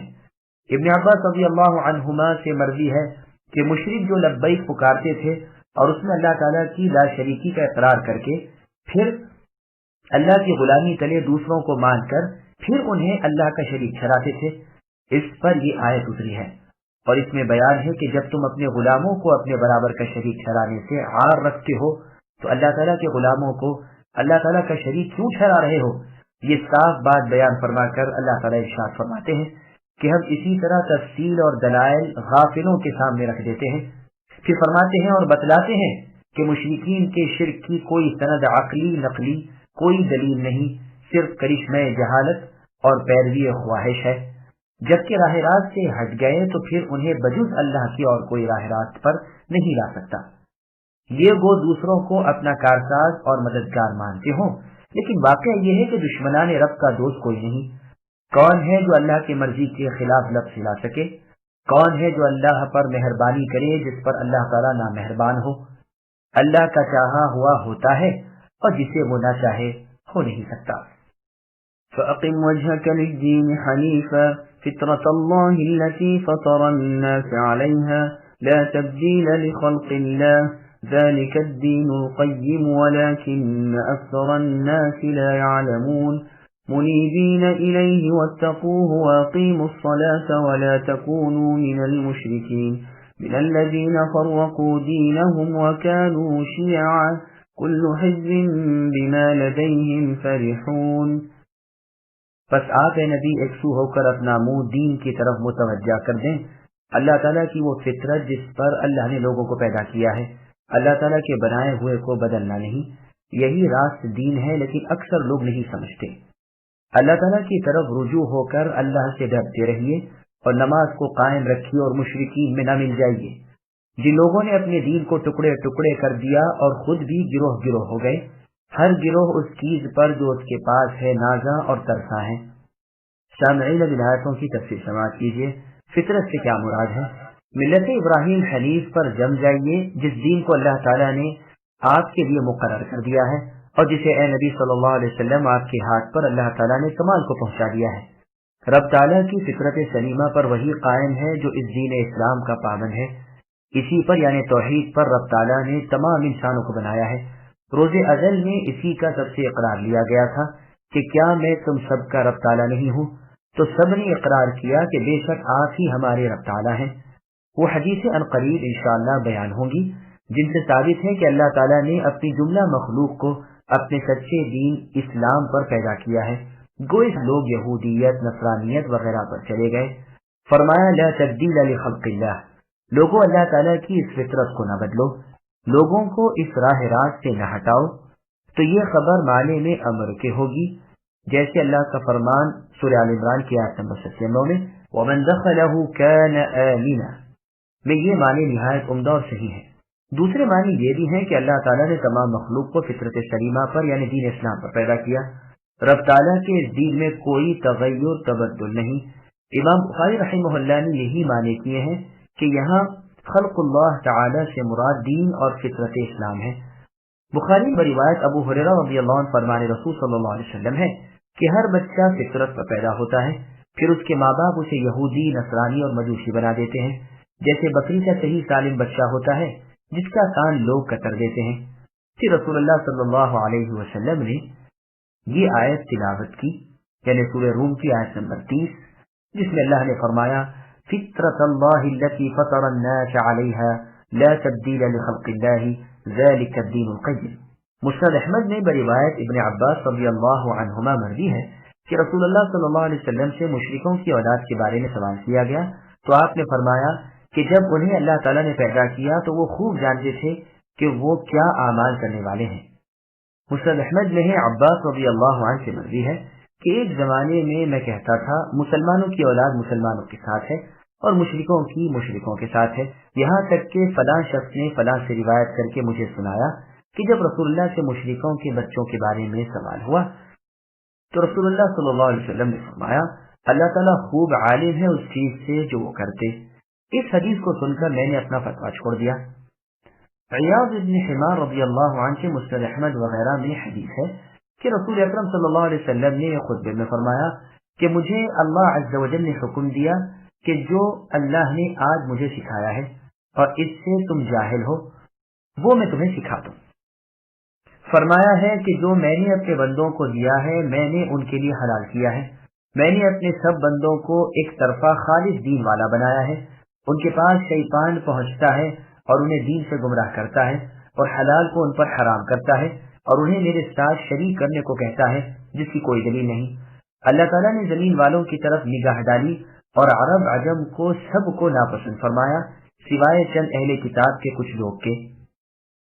وہ فرماتے ہیں کہ میں نے آپ کو اے نبی صرف آزمائش کے لیے بھیجا ہے، آپ کی اپنی بھی آزمائش ہوگی اور آپ کی وجہ سے اور سب کی بھی۔ میں آپ پر وہ کتاب اتاروں گا جسے پانی دھو نہ سکے، آپ اسے سوتے جاگتے پڑھتے رہا کریں گے۔ پھر مجھ سے اللہ تعالیٰ نے ارشاد فرمایا کہ میں قریش کو ہوشیار کر دوں۔ میں نے اپنا اندیشہ ظاہر کیا کہ کہیں وہ میرا سر کچل کر روٹی جیسا نہ بنا دیں، تو اللہ نے فرمایا سنیے، جیسے یہ آپ کو نکالیں گے میں انہیں نکالوں گا، آپ ان سے جہاد کیجئے میں آپ کا ساتھ دوں گا، آپ خرچ کیجئے آپ پر خرچ کیا جائے گا، آپ لشکر بھیجیے میں اس سے 5 حصے زیادہ لشکر بھیجوں گا، فرما برداروں کو لے کر اپنے نافرمانوں پر چڑھائی کر دیں۔ اہل جنت 3 قسم کے ہیں، عادل بادشاہ، توفیق خیر والا سخی، نرم دل، ہر مسلمان کے ساتھ سلوک و احسان کرنے والا، پاک دامن، سوال سے اور حرام سے بچنے والا عیالدار آدمی۔ اہل جہنم 5 قسم کے لوگ ہیں، وہ بے وقعت کمینے لوگ جو بیزار اور بے گھر ہیں، جو تمہارے دامنوں میں لپٹے رہتے ہیں، وہ خائن جو حقیر چیزوں میں بھی خیانت کیے بغیر نہیں رہتا، وہ لوگ جو ہر وقت لوگوں کو ان کی جان مال اور اہل و عیال میں دھوکے دیتے رہتے ہیں، صبح شام چال بازیوں اور مکر و فریب میں لگے رہتے ہیں۔ پھر رسول اللہ صلی اللہ علیہ وسلم نے بخیل یا کذاب یعنی کنجوش یا جھوٹے کا ذکر کیا اور فرمایا 5ویں قسم کے لوگ بد زبان بدگو ہیں۔ یہ روایت مسند احمد نیز صحیح مسلم میں ہے۔ یہی فطرت سلیمہ، یہی شریعت کو مضبوط سے پکڑے رہنا ہی سچا اور سیدھا دین ہے، لیکن اکثر لوگ بے علم ہیں اور اپنی اسی جہالت کی وجہ سے اللہ تعالیٰ کے ایسے پاک دین سے دور بلکہ محروم رہ جاتے ہیں، جیسے اور آیت میں ہے اللہ نے فرمایا جس کا ترجمہ ہے گو آپ کی اے نبی شدید حرص ہو لیکن ان میں سے اکثر لوگ بے ایمان سے رہیں گے، اور آیت میں ہے جس کا ترجمہ ہے کہ اگر آپ اے نبی اکثریت کی اطاعت کریں گے تو وہ آپ کو اللہ تعالیٰ کی سیدھی راہ سے بہکا دیں گے۔ تم سب اے انسانوں اللہ تعالیٰ کی طرف راغب رہو، اللہ ہی کی جانب جھکے رہو، اللہ ہی کا ڈر خوف رکھو، اللہ ہی کا لحاظ رکھو، نمازوں کی پابندی کرو جو سب سے بڑی عبادت اور اطاعت ہے، تم مشرک نہ بنو بلکہ موحد خالص بن جاؤ، اللہ کے سوا اور سے کوئی مراد وابستہ نہ رکھو۔ چنانچہ تفسیر ابن جریر طبری میں معاذ بن جبل رضی اللہ عنہ سے عمر رضی اللہ عنہ نے اس آیت کا مطلب پوچھا تو آپ رضی اللہ عنہ نے فرمایا یہ 3 چیزیں ہیں اور یہی نجات کی جڑ ہیں۔ اول اخلاص جو فطرت ہے جس پر اللہ تعالیٰ نے مخلوق کو پیدا کیا ہے، دوم نماز جو دراصل دین ہے، سوم اطاعت جو عصمت اور بچاؤ ہے۔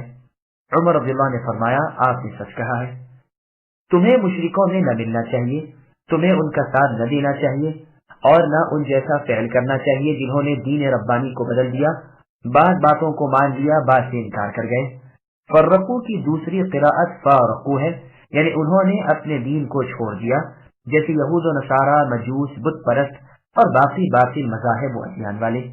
جیسے اللہ تعالیٰ کا ارشاد ہے جس کا ترجمہ ہے جن لوگوں نے اپنے دین میں تفریق کی اور گروہ بندی کر لی، آپ اے نبی ان میں شامل ہی نہیں، ان کا آخر سپرد رب تعالیٰ ہے۔ تم سے پہلے والے گروہ میں ہو گئے اور سب کے سب باطل پر جم گئے، ہر فرقہ یہی دعویٰ کرتا رہا کہ وہ سچا ہے، اور دراصل حقانیت ان سب سے گم ہو گئی تھی۔ اس امت میں بھی تفرقہ پڑا لیکن ان میں ایک حق پر ہے، ہاں باقی سب گمراہی پر ہیں۔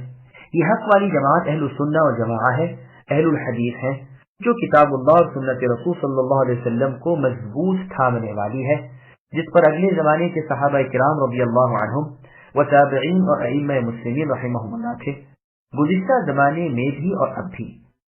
جیسے مستدرک حاکم میں ہے کہ رسول اللہ سے دریافت کیا گیا کہ ان سب میں نجات پانے والا فرقہ کون سا ہے؟ آپ نے فرمایا من كان على ما انا عليه اليوم اصحابی، یعنی وہ لوگ جو اس پر ہوں جس پر آج میں اور میرے اصحاب رضی اللہ عنہم ہیں۔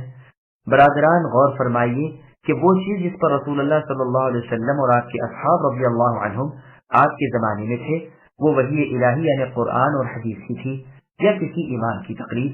غور کریں اور اللہ تعالیٰ سے سیدھی راہ کی توفیق طلب کریں۔ وَإِذَا مَسَّ النَّاسَ ضُرٌّ دَعَوْا رَبَّهُمْ مُنِيبِينَ إِلَيْهِ ثُمَّ إِذَا أَذَاقَهُ بِمَا آتَيْنَاهُمْ فَتَمَتَّعُوا فَسَوْفَ تَعْلَمُونَ أَمْ أَنزَلْنَا عَلَيْهِمْ سُلْطَانًا فَهُوَ يَتَكَلَّمُ بِمَا كَانُوا بِهِ يُشْرِكُونَ وَإِذَا أَذَقْنَا النَّاسَ رَحْمَةً فَرِحُوا بِهَا وَإِن تُصِبْهُمْ سَيِّئَةٌ بِمَا قَدَّمَتْ أَيْدِيهِمْ إِذَا هُمْ يَقْنَطُونَ أَوَلَمْ يَرَوْا أَنَّ اللَّهَ يَبْسُطُ الرِّزْقَ لِمَن يَشَاءُ وَيَقْدِرُ إِنَّ فِي ذَلِكَ لَآيَاتٍ لِقَوْمٍ يُؤْمِنُونَ فَآتِ ذَا الْقُرْبَى حَقَّهُ وَالْمِسْكِينَ وَابْنَ السَّبِيلِ ذَلِكَ خَيْرٌ لِّلَّذِينَ يُرِيدُونَ وَجْهَ اللَّهِ وَأُولَئِكَ هُمُ الْمُفْلِحُونَ وَمَا آتَيْتُم مِّن رِّبًا لِّيَرْبُو فِي أَمْوَالِ النَّاسِ فَلَا يَرْبُو عِندَ اللَّهِ وَمَا آتَيْتُم مِّن زَكَاةٍ تُرِيدُونَ وَجْهَ اللَّهِ فَأُولَئِكَ هُمُ الْمُضْعِفُونَ اللَّهُ الَّذِي خَلَقَكُمْ ثُمَّ رَزَقَكُمْ ثُمَّ يُمِيتُكُمْ ثُمَّ يُحْيِيكُمْ هل من شركائكم من يفعل من ذلكم من شيء سبحانه وتعالى عما يشركون۔ اور لوگوں کو جب کبھی کوئی مصیبت پہنچتی ہے تو اپنے رب تعالی کی طرف پوری طرح رجوع ہو کر دعائیں کرتے ہیں، پھر جب وہ اپنی طرف سے رحمت کا ذائقہ چکھاتے ہیں تو ان میں کی ایک جماعت اپنے رب تعالی کے ساتھ شرک کرنے لگتی ہے تاکہ وہ اس چیز کی ناشکری کریں جو ہم نے انہیں دی ہے۔ اچھا تم فائدہ اٹھا لو، ابھی ابھی تمہیں معلوم ہو جائے گا۔ کیا ہم نے ان پر کوئی دلیل نازل کی ہے جو اسے بیان کرے جسے یہ اللہ تعالیٰ کے ساتھ شریک کر رہے ہیں؟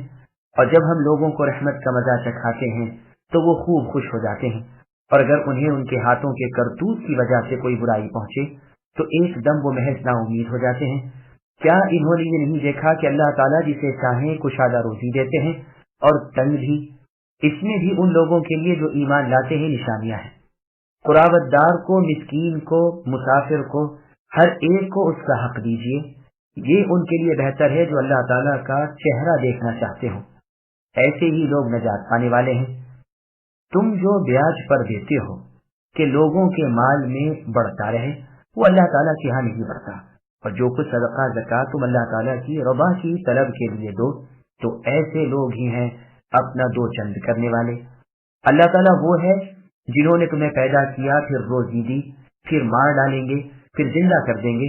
بتاؤ تمہارے شریکوں میں سے کوئی بھی ایسا ہے جو ان میں سے کچھ بھی کر سکتا ہو؟ اللہ تعالیٰ کے لیے پاکی اور برتری ہے ہر ایک اس شریک سے جو یہ لوگ مقرر کرتے ہیں۔ سامعین، اب ان آیتوں کی تفصیل سماعت کیجیے۔ انسان کی عجیب حالت کا تذکرہ۔ اللہ تعالیٰ لوگوں کی حالت بیان فرما رہے ہیں کہ دکھ، درد، مصیبت و تکلیف کے وقت تو وہ اللہ تعالیٰ وحدہ لا شریک لہ کو بڑی عاجزی زاری، نہایت توجہ اور پوری دل سوزی کے ساتھ پکارتے ہیں، اور جب اللہ کی نعمتیں ان پر برسنے لگتی ہیں تو یہ اللہ تعالیٰ کے ساتھ شرک کرنے لگتے ہیں۔ لیکفروا میں لام بعض تو کہتے ہیں لام عاقبت ہے اور بعض کہتے ہیں لام تعلیل ہے، لیکن اس کا لام تعلیل ہونا اس وجہ سے بھلا معلوم ہوتا ہے کہ اللہ تعالیٰ نے ان کے لیے مقرر کیا، پھر انہیں دھمکایا کہ تم ابھی معلوم کر لو گے۔ بعض بزرگوں کا فرمان ہے کہ کوتوال یا سپاہی اگر کسی کو ڈرائے دھمکائے تو وہ کانپ اٹھتا ہے۔ تعجب ہے کہ اللہ کے دھمکانے سے ہم دہشت میں نہ آئیں، جس اللہ کے ہاتھ میں ہر چیز ہے اور جس کا صرف یہ کہہ دینا ہر امر کے لیے کافی ہے کہ ہو جا، بس وہ ہو جاتا ہے۔ پھر مشرکین کا محض بے دلیل ہونا بیان فرمایا جا رہا ہے کہ ہم نے ان کے شرک کی کوئی دلیل نہیں اتاری۔ پھر انسان کی ایک بیہودہ خصلت بطور انکار بیان ہو رہی ہے کہ سوائے چند ہستیوں کے عموماً حالت یہ ہے کہ راحتوں کے وقت بھول جاتے ہیں اور سختیوں کے وقت مایوس ہو جاتے ہیں، گویا اب کوئی بہتری ملے گی ہی نہیں۔ ہاں، مؤمن سختیوں میں صبر اور نرمیوں میں نیکیاں کرتے ہیں۔ صحیح مسلم میں ہے، اللہ کے رسول صلی اللہ علیہ وسلم فرماتے ہیں کہ مؤمن شخص پر تعجب ہے، اس کے لیے اللہ تعالیٰ کی ہر قضا بہتری ہوتی ہے۔ راحت پر شکر کرتا ہے تو یہ بھی اس کے لیے بہتر ہوتا ہے، اور مصیبت پر صبر کرتا ہے تو یہ بھی اس کے لیے بہتر ہوتا ہے۔ اللہ تعالیٰ ہی متصرف اور مالک ہے، وہ اپنی حکمت کے مطابق جہاں رچائے ہوئے ہیں کسی کو کم دیتے ہیں، کسی کو زیادہ دیتے ہیں، کوئی تنگی ترشی میں ہے، کوئی وسعت اور فراخی میں۔ اس میں مؤمنین کے لیے نشان ہے۔ قرابت داروں سے صلہ رحمی اور حسن سلوک کا حکم۔ قرابت داروں کے ساتھ نیکی، سلوک اور صلہ رحمی کرنے کا حکم ہو رہا ہے۔ مسکین اسے کہتے ہیں جس کے پاس کچھ نہ ہو یا کچھ ہو لیکن بقدر کفایت نہ ہو، اس کے ساتھ بھی سلوک و احسان کرنے کا حکم ہو رہا ہے۔ مسافر جس کا خرچ کم پڑ گیا ہو اور سفر خرچ پاس نہ رہا ہو، اس کے ساتھ بھی بھلائی کرنے کا ارشاد ہوتا ہے۔ یہ ان کے لیے بہتر ہے جو چاہتے ہیں کہ قیامت کے دن اللہ تعالیٰ کے بزرگ و برتر خوبصورت چہرے کو دیکھیں۔ حقیقت میں انسان کے لیے اس سے بڑی نعمت کوئی نہیں۔ دنیا اور آخرت میں نجات ایسے ہی لوگوں کو ملے گی۔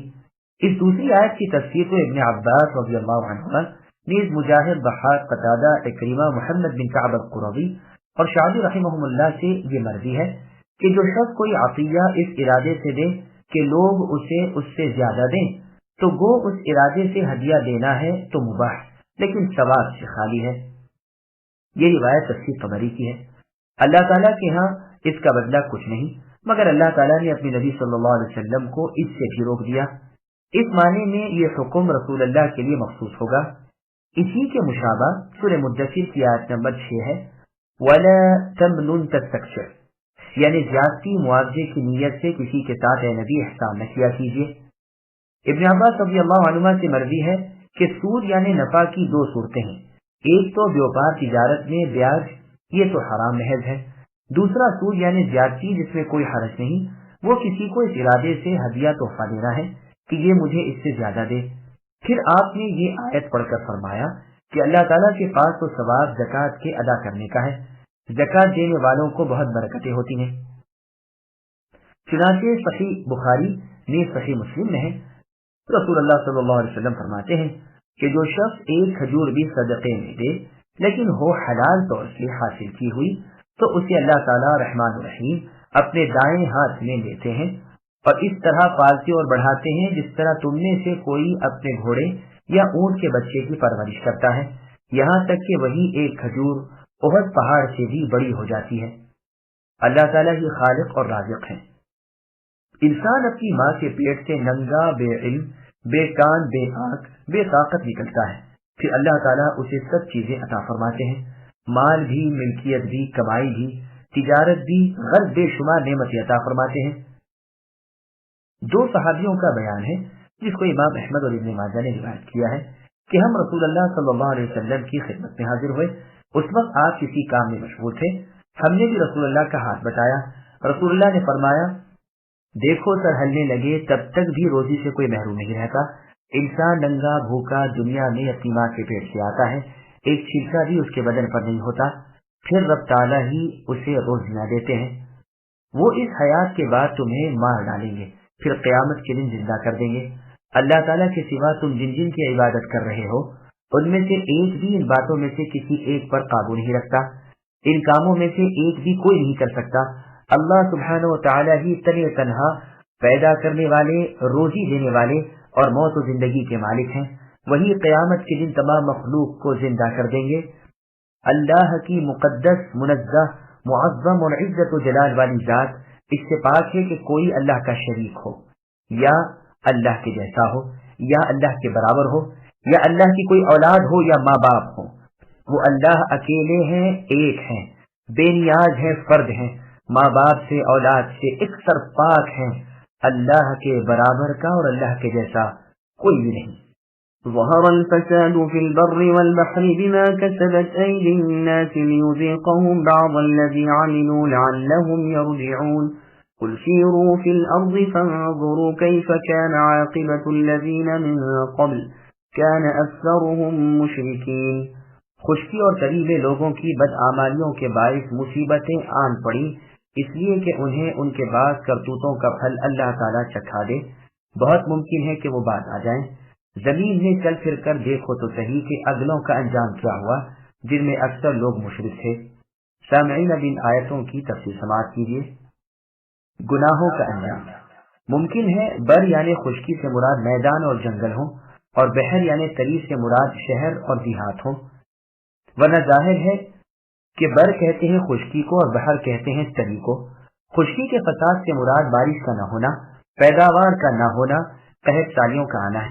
تری کے فساد سے مراد بارش کا رک جانا جس سے پانی کے جانور اندھے ہو جاتے ہیں، کا قتل اور کشتیوں کا جبرن چھین جھپٹ لینا ہے، یہ خشکی تری کا فساد ہے۔ بحر سے مراد جزیرے اور بر سے مراد شہر اور بستیاں ہیں، لیکن اول قول زیادہ ظاہر ہے، اور اسی کی تائید محمد بن اسحاق رحمہ اللہ کی اس روایت سے ہوتی ہے کہ رسول اللہ صلی اللہ علیہ وسلم نے ایلا کے بادشاہ سے صلح کی اور اس کا بحر یعنی شہر اسی کے نام کر دیا۔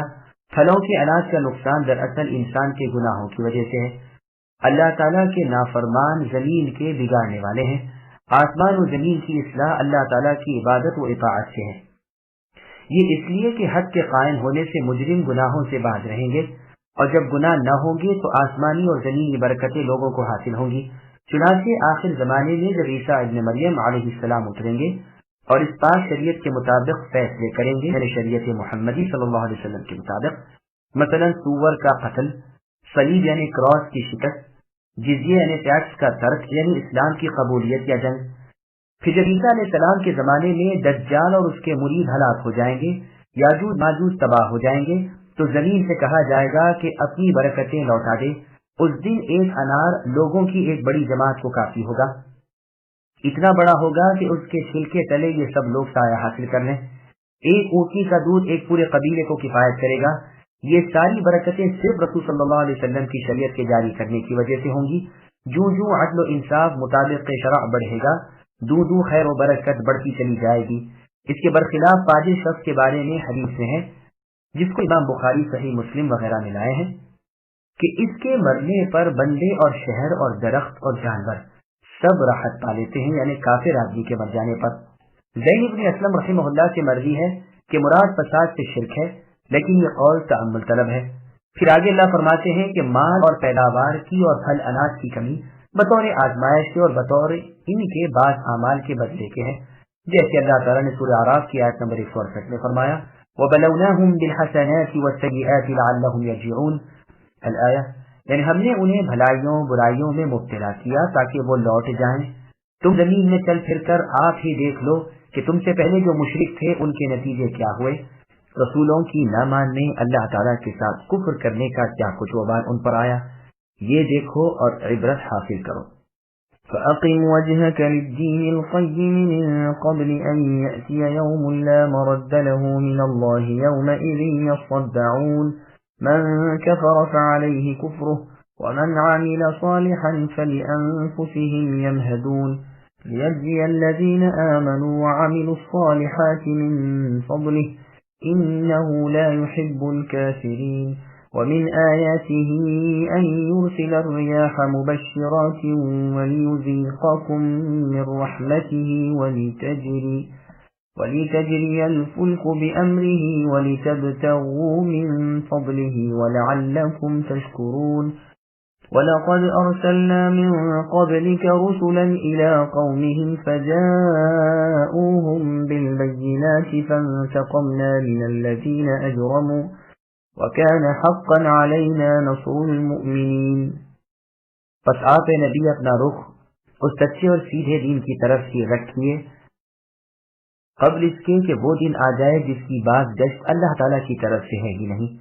اس دن سب متفرق ہو جائیں گے، کفر کرنے والوں پر ان کا کفر ہوگا اور نیک کام کرنے والے اپنی ہی آرام گاہ سنوار رہے ہیں، تاکہ اللہ تعالیٰ انہیں اپنے فضل سے جزا دیں جو ایمان لائے اور نیک اعمال کیے۔ وہ کافروں کو دوست نہیں رکھتے۔ اللہ کی نشانیوں میں سے خوشخبریاں دینے والی ہواؤں کو چلانا بھی ہے، اس لیے کہ تمہیں اپنی رحمت کا مزہ چکھائے، اور اس لیے کہ اللہ کے حکم سے کشتیاں چلیں، اور اس لیے کہ اللہ کے فضل کو تم ڈھونڈو، اور اس لیے کہ تم شکر گزاری کرو۔ ہم نے آج سے پہلے بھی اے نبی اپنے رسولوں کو ان کی قوم کی طرف بھیجا، وہ ان کے پاس دلیلیں لائے، پھر ہم نے گنہگاروں سے انتقام لیا، ہم پر مؤمنوں کی مدد لازم ہے۔ سامعین ولایتوں کی تفصیل سماعت کیجیے۔ قیامت اللہ تعالیٰ کے ایک حکم سے آ جائے گی۔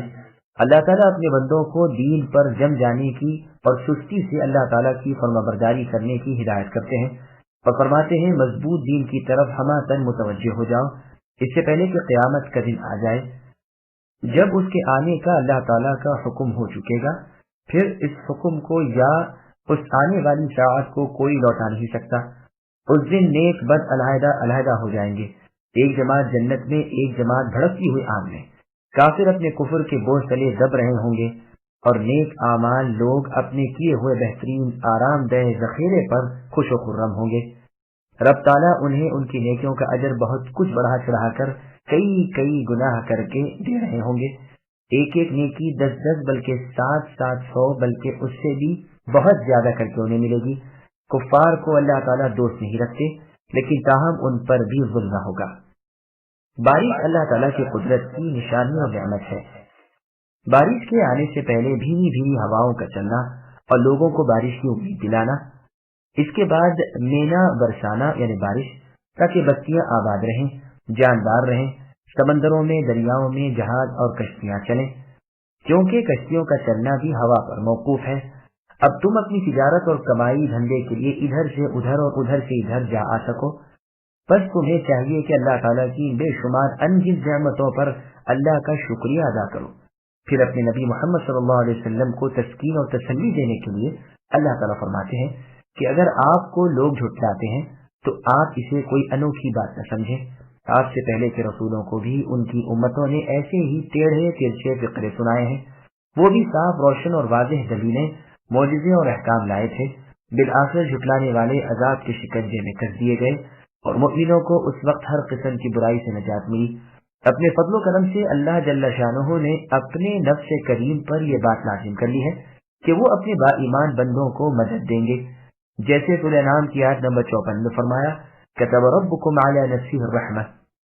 ابن ابی حاتم نے حدیث ہے کہ رسول اللہ صلی اللہ علیہ وسلم فرماتے ہیں جو مسلمان اپنے مسلمان بھائی کی آبرو بچا لے، اللہ تعالیٰ پر حق ہے کہ وہ اس سے جہنم کی آگ کو ہٹا لے۔ پھر آپ نے پڑھا وَكَانَ حَقًّا عَلَيْنَا نَصْرُ الْمُؤْمِنِينَ۔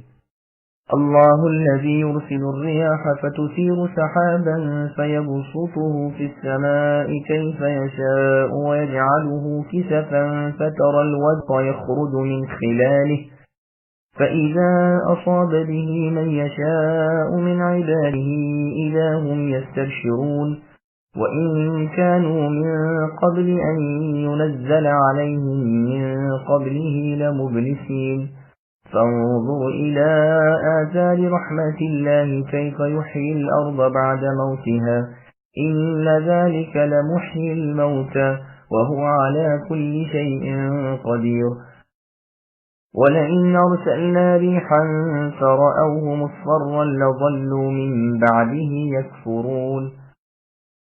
اللہ تعالیٰ ہوائیں چلاتے ہیں، وہ ابر کو اٹھاتی ہیں، پھر اللہ تعالیٰ اپنی منشا کے مطابق اسے آسمان میں پھیلا دیتے ہیں اور اس کے ٹکڑے ٹکڑے کر دیتے ہیں، پھر آپ کے دیکھتے ہوئے اس کے اندر سے قطرے نکلتے ہیں اور جنہیں اللہ تعالیٰ چاہتے ہیں ان اپنے بندوں پر وہ پانی برساتے ہیں تو وہ خوش ہو جاتے ہیں۔ یقین ماننا کہ بارش ان پر برسے اس سے پہلے تو نا امید ہو رہے تھے، بس اے نبی آپ رحمت الہی کے آثار دیکھیے کہ زمین کی موت کے بعد کس طرح اللہ اسے زندہ کر دیتے ہیں۔ کچھ شک نہیں کہ وہی اللہ تو ہے جو مردوں کو زندہ کرنے والے ہیں اور وہ ہر چیز پر قادر ہے۔ اور اگر ہم باد تند چلا دیں اور یہ لوگ انہیں کھیتوں کو مرجھائی ہوئی زرد پڑی ہوئی دیکھ لیں تو پھر اس کے بعد ناشکری کرنے لگیں۔ سامعین ولایتوں کی تفصیل سماعت کیجیے۔ ٹھنڈی ٹھنڈی ہوائیں اور بارش اللہ تعالیٰ کا انعام۔ اللہ تعالیٰ بیان فرماتے ہیں کہ وہ ہوائیں بھیجتے ہیں جو بادلوں کو اٹھاتی ہیں یا تو سمندروں پر سے یا جس طرح اور جہاں سے اللہ کا حکم ہو، پھر رب العالمین ابر کو آسمان پر پھیلا دیتے ہیں، اسے بڑھا دیتے ہیں، تھوڑے کو زیادہ کر دیتے ہیں۔ تم نے اکثر دیکھا ہوگا کہ بارش دو بالش کا ابر اٹھا، پھر جو وہ پھیلا تو آسمان کے کنارے ڈھانپ لیے اور کبھی یہ بھی دیکھا ہوگا کہ سمندروں سے پانی کے بھرے ابر اٹھتے ہیں۔ اسی مضمون کو سورہ اعراف آیت نمبر 57 وَهُوَ الَّذِي يُرْسِلُ الرِّيَاحَ میں بیان فرمایا ہے، پھر سے ٹکڑے ٹکڑے اور تہ بتہ کر دیتے ہیں، وہ پانی سے سیاہ ہو جاتے ہیں، زمین کے قریب ہو جاتے ہیں، پھر بارش بادلوں کے درمیان سے برسنے لگتی ہے، جہاں برسی وہیں کے لوگوں کی باتیں کھل گئیں۔ پھر اللہ تعالیٰ فرماتے ہیں یہی لوگ بارش سے نا امید ہو چکے تھے اور پوری نا امیدی کے وقت بلکہ نا امیدی کے بعد ان پر بارشیں برسی اور جل تھل ہو گئے۔ 2 دفعہ من قبلی کا لفظ لانا تاکید کے لیے ہے۔ حاصل ضمیر کا مرجع انزال ہے، اور یہ بھی ہو سکتا ہے کہ یہ تأسیسی دلالت ہو، یعنی بارش ہونے سے پہلے یہ اس کے محتاج تھے اور وہ حاجت پوری ہو، اس سے پہلے وقت کے ختم ہو جانے کے قریب بارش نہ ہونے کی وجہ سے یہ مایوس ہو چکے تھے۔ پھر اس نا امیدی کے بعد دفعتاً یعنی دیکھتے ہی دیکھتے اچانک ابر اٹھتا ہے اور برس جاتا ہے اور ریل پیل کر دیتا ہے، اور ان کی خشک زمین تر ہو جاتی ہے، قحط سالی تر سالی سے بدل جاتی ہے، یا تو زمین صاف چٹیل میدان تھی یا ہر طرف ہریا غل دکھائی دینے لگتی ہے۔ دیکھ لو کہ پروردگار عالم بارش سے کس طرح مردہ زمین کو زندہ کر دیتے ہیں۔ یاد رکھو کہ جس رب تعالیٰ کی یہ قدرت تم دیکھ رہے ہو وہ ایک دن مردوں کو ان کی قبروں سے بھی نکالنے والے ہیں، جبکہ ان کے جسم گل سڑ گئے ہوں گے۔ سمجھ لو کہ اللہ تعالیٰ ہر چیز پر قادر ہے۔ پھر آگے اللہ فرماتے ہیں اگر ہم باد تون چلا دیں، اگر آندھیاں آ جائیں اور ان کی لہلہاتی ہوئی کھیتیاں برباد ہو جائیں تو وہ پھر سے کفر کرنے لگ جاتے ہیں۔ چنانچہ سورہ واقعہ میں بھی یہی بیان ہوا ہے۔ اللہ نے سورہ واقعہ کی آیت نمبر 63 میں فرمایا افرأیتم ما تحرثون سے محرومون تک۔ عبداللہ بن عمر رضی اللہ عنہ فرماتے ہیں ہوائیں 8 قسم کی ہیں، 4 رحمت کی 4 رحمت کی، ناشرات مبشرات مرسلات اور زاریات تو رحمت کی ہیں، اور عقیم سرسر عاصف اور قاصف عذاب کی۔ ان میں سے پہلی 2 خشکیوں کی ہیں اور آخری 2 تری کی۔ رسول اللہ صلی اللہ علیہ وسلم فرماتے ہیں ہوائیں دوسری سے مسخر ہیں، یعنی دوسری زمین سے جب اللہ تعالیٰ نے عادیوں کی ہلاکت کا ارادہ کیا تو ہواؤں کے داروغے کو حکم دیا، اس سے دریافت کیا کہ اے اللہ کیا میں ہواؤں کے خزانے میں اتنا سوراخ کر دوں جتنا بیل کا نتنا ہوتا ہے؟ تو فرمان رب تعالیٰ ہوا کہ نہیں، اگر ایسا ہوا تو کل زمین اور زمین کی کل چیزیں الٹ پلٹ ہو جائیں گی۔ اتنا نہیں بلکہ اتنا سوراخ کرو جتنا انگوٹھی میں ہوتا ہے۔ اب صرف اتنے سے سوراخ سے ہوا چلی، جہاں پہنچی وہاں بھس اڑا دیا، جس چیز پر سے گزری اسے بے نشان کر دیا۔ زیادہ ظاہر یہی ہے کہ یہ خود عبداللہ بن عمر رضی اللہ عنہما کا اپنا قول ہے فَإِنَّكَ لَا تُسْمِعُ الْمَوْتَى وَلَا تُسْمِعُ الصُّمَّ الدُّعَاءَ إِذَا وَلَّوْا مُدْبِرِينَ وَمَا أَنْتَ بِهَادِ الْعُمْيِ عَنْ ضَلَالَتِهِمْ إِن تُسْمِعُ إِلَّا مَن يُؤْمِنُ بِآيَاتِنَا فَهُمْ مُسْلِمُونَ۔ بے شک آپ اے نبی مردوں کو نہیں سنا سکتے اور نہ بہروں کو اپنی آواز سنا سکتے ہیں جبکہ پیٹھ پھیر کر وہ مڑ گئے ہوں، اور نہ تو آپ اندھوں کو ان کی گمراہی سے ہدایت کرنے والے ہیں، آپ تو صرف انہی لوگوں کو سناتے ہیں جو ہماری آیتوں پر ایمان رکھتے ہیں اور ہیں بھی وہ اطاعت گزار۔ سامعین اب ان آیتوں کی تفصیل سماعت کیجیے، کیا مردے بھی سنتے ہیں؟ باری تعالیٰ عز و جل فرماتے ہیں کہ جس طرح یہ آپ کی قدرت سے اے نبی خارج ہے کہ مردوں کو جو قبروں میں ہوں آپ اپنی آواز سنا سکے، اور جس طرح یہ ناممکن ہے کہ ہر شخص کو جبکہ وہ پیٹھ پھیرے منہ موڑے جا رہا ہو آپ اپنی بات سنا سکے، اسی طرح سے جو حق سے اندھے ہوں آپ ان کی رہبری ہدایت کی طرف نہیں کر سکتے۔ ہاں اللہ تعالیٰ تو ہر چیز پر قادر ہے، وہ جب چاہے مردوں کو زندوں کی آواز بھی سنا سکتے ہیں۔ ہدایت ضلالت اللہ کی طرف سے ہے، آپ تو صرف اے نبی انہیں سنا سکتے ہیں جو با ایمان ہوں اور اللہ تعالیٰ کے سامنے جھکنے والے ہوں، اللہ کے فرما بردار ہوں۔ یہ لوگ حق کو سنتے ہیں اور مانتے بھی ہیں۔ یہ تو ہوئی حالت مسلمان کی، اور اس سے پہلے جو حالت بیان ہوئی وہ کافر کی ہے، جیسے اللہ تعالیٰ نے سورہ انعام کی آیت نمبر 36 میں بیان فرمایا انما یستجیب الذین یسمعون الآیہ، یعنی آپ کی پکار اے نبی وہی قبول کریں گے جو کان دھر کر سنیں گے۔ مردوں کو اللہ تعالیٰ زندہ اٹھائیں گے، پھر سب اللہ کی طرف لوٹائے جائیں گے۔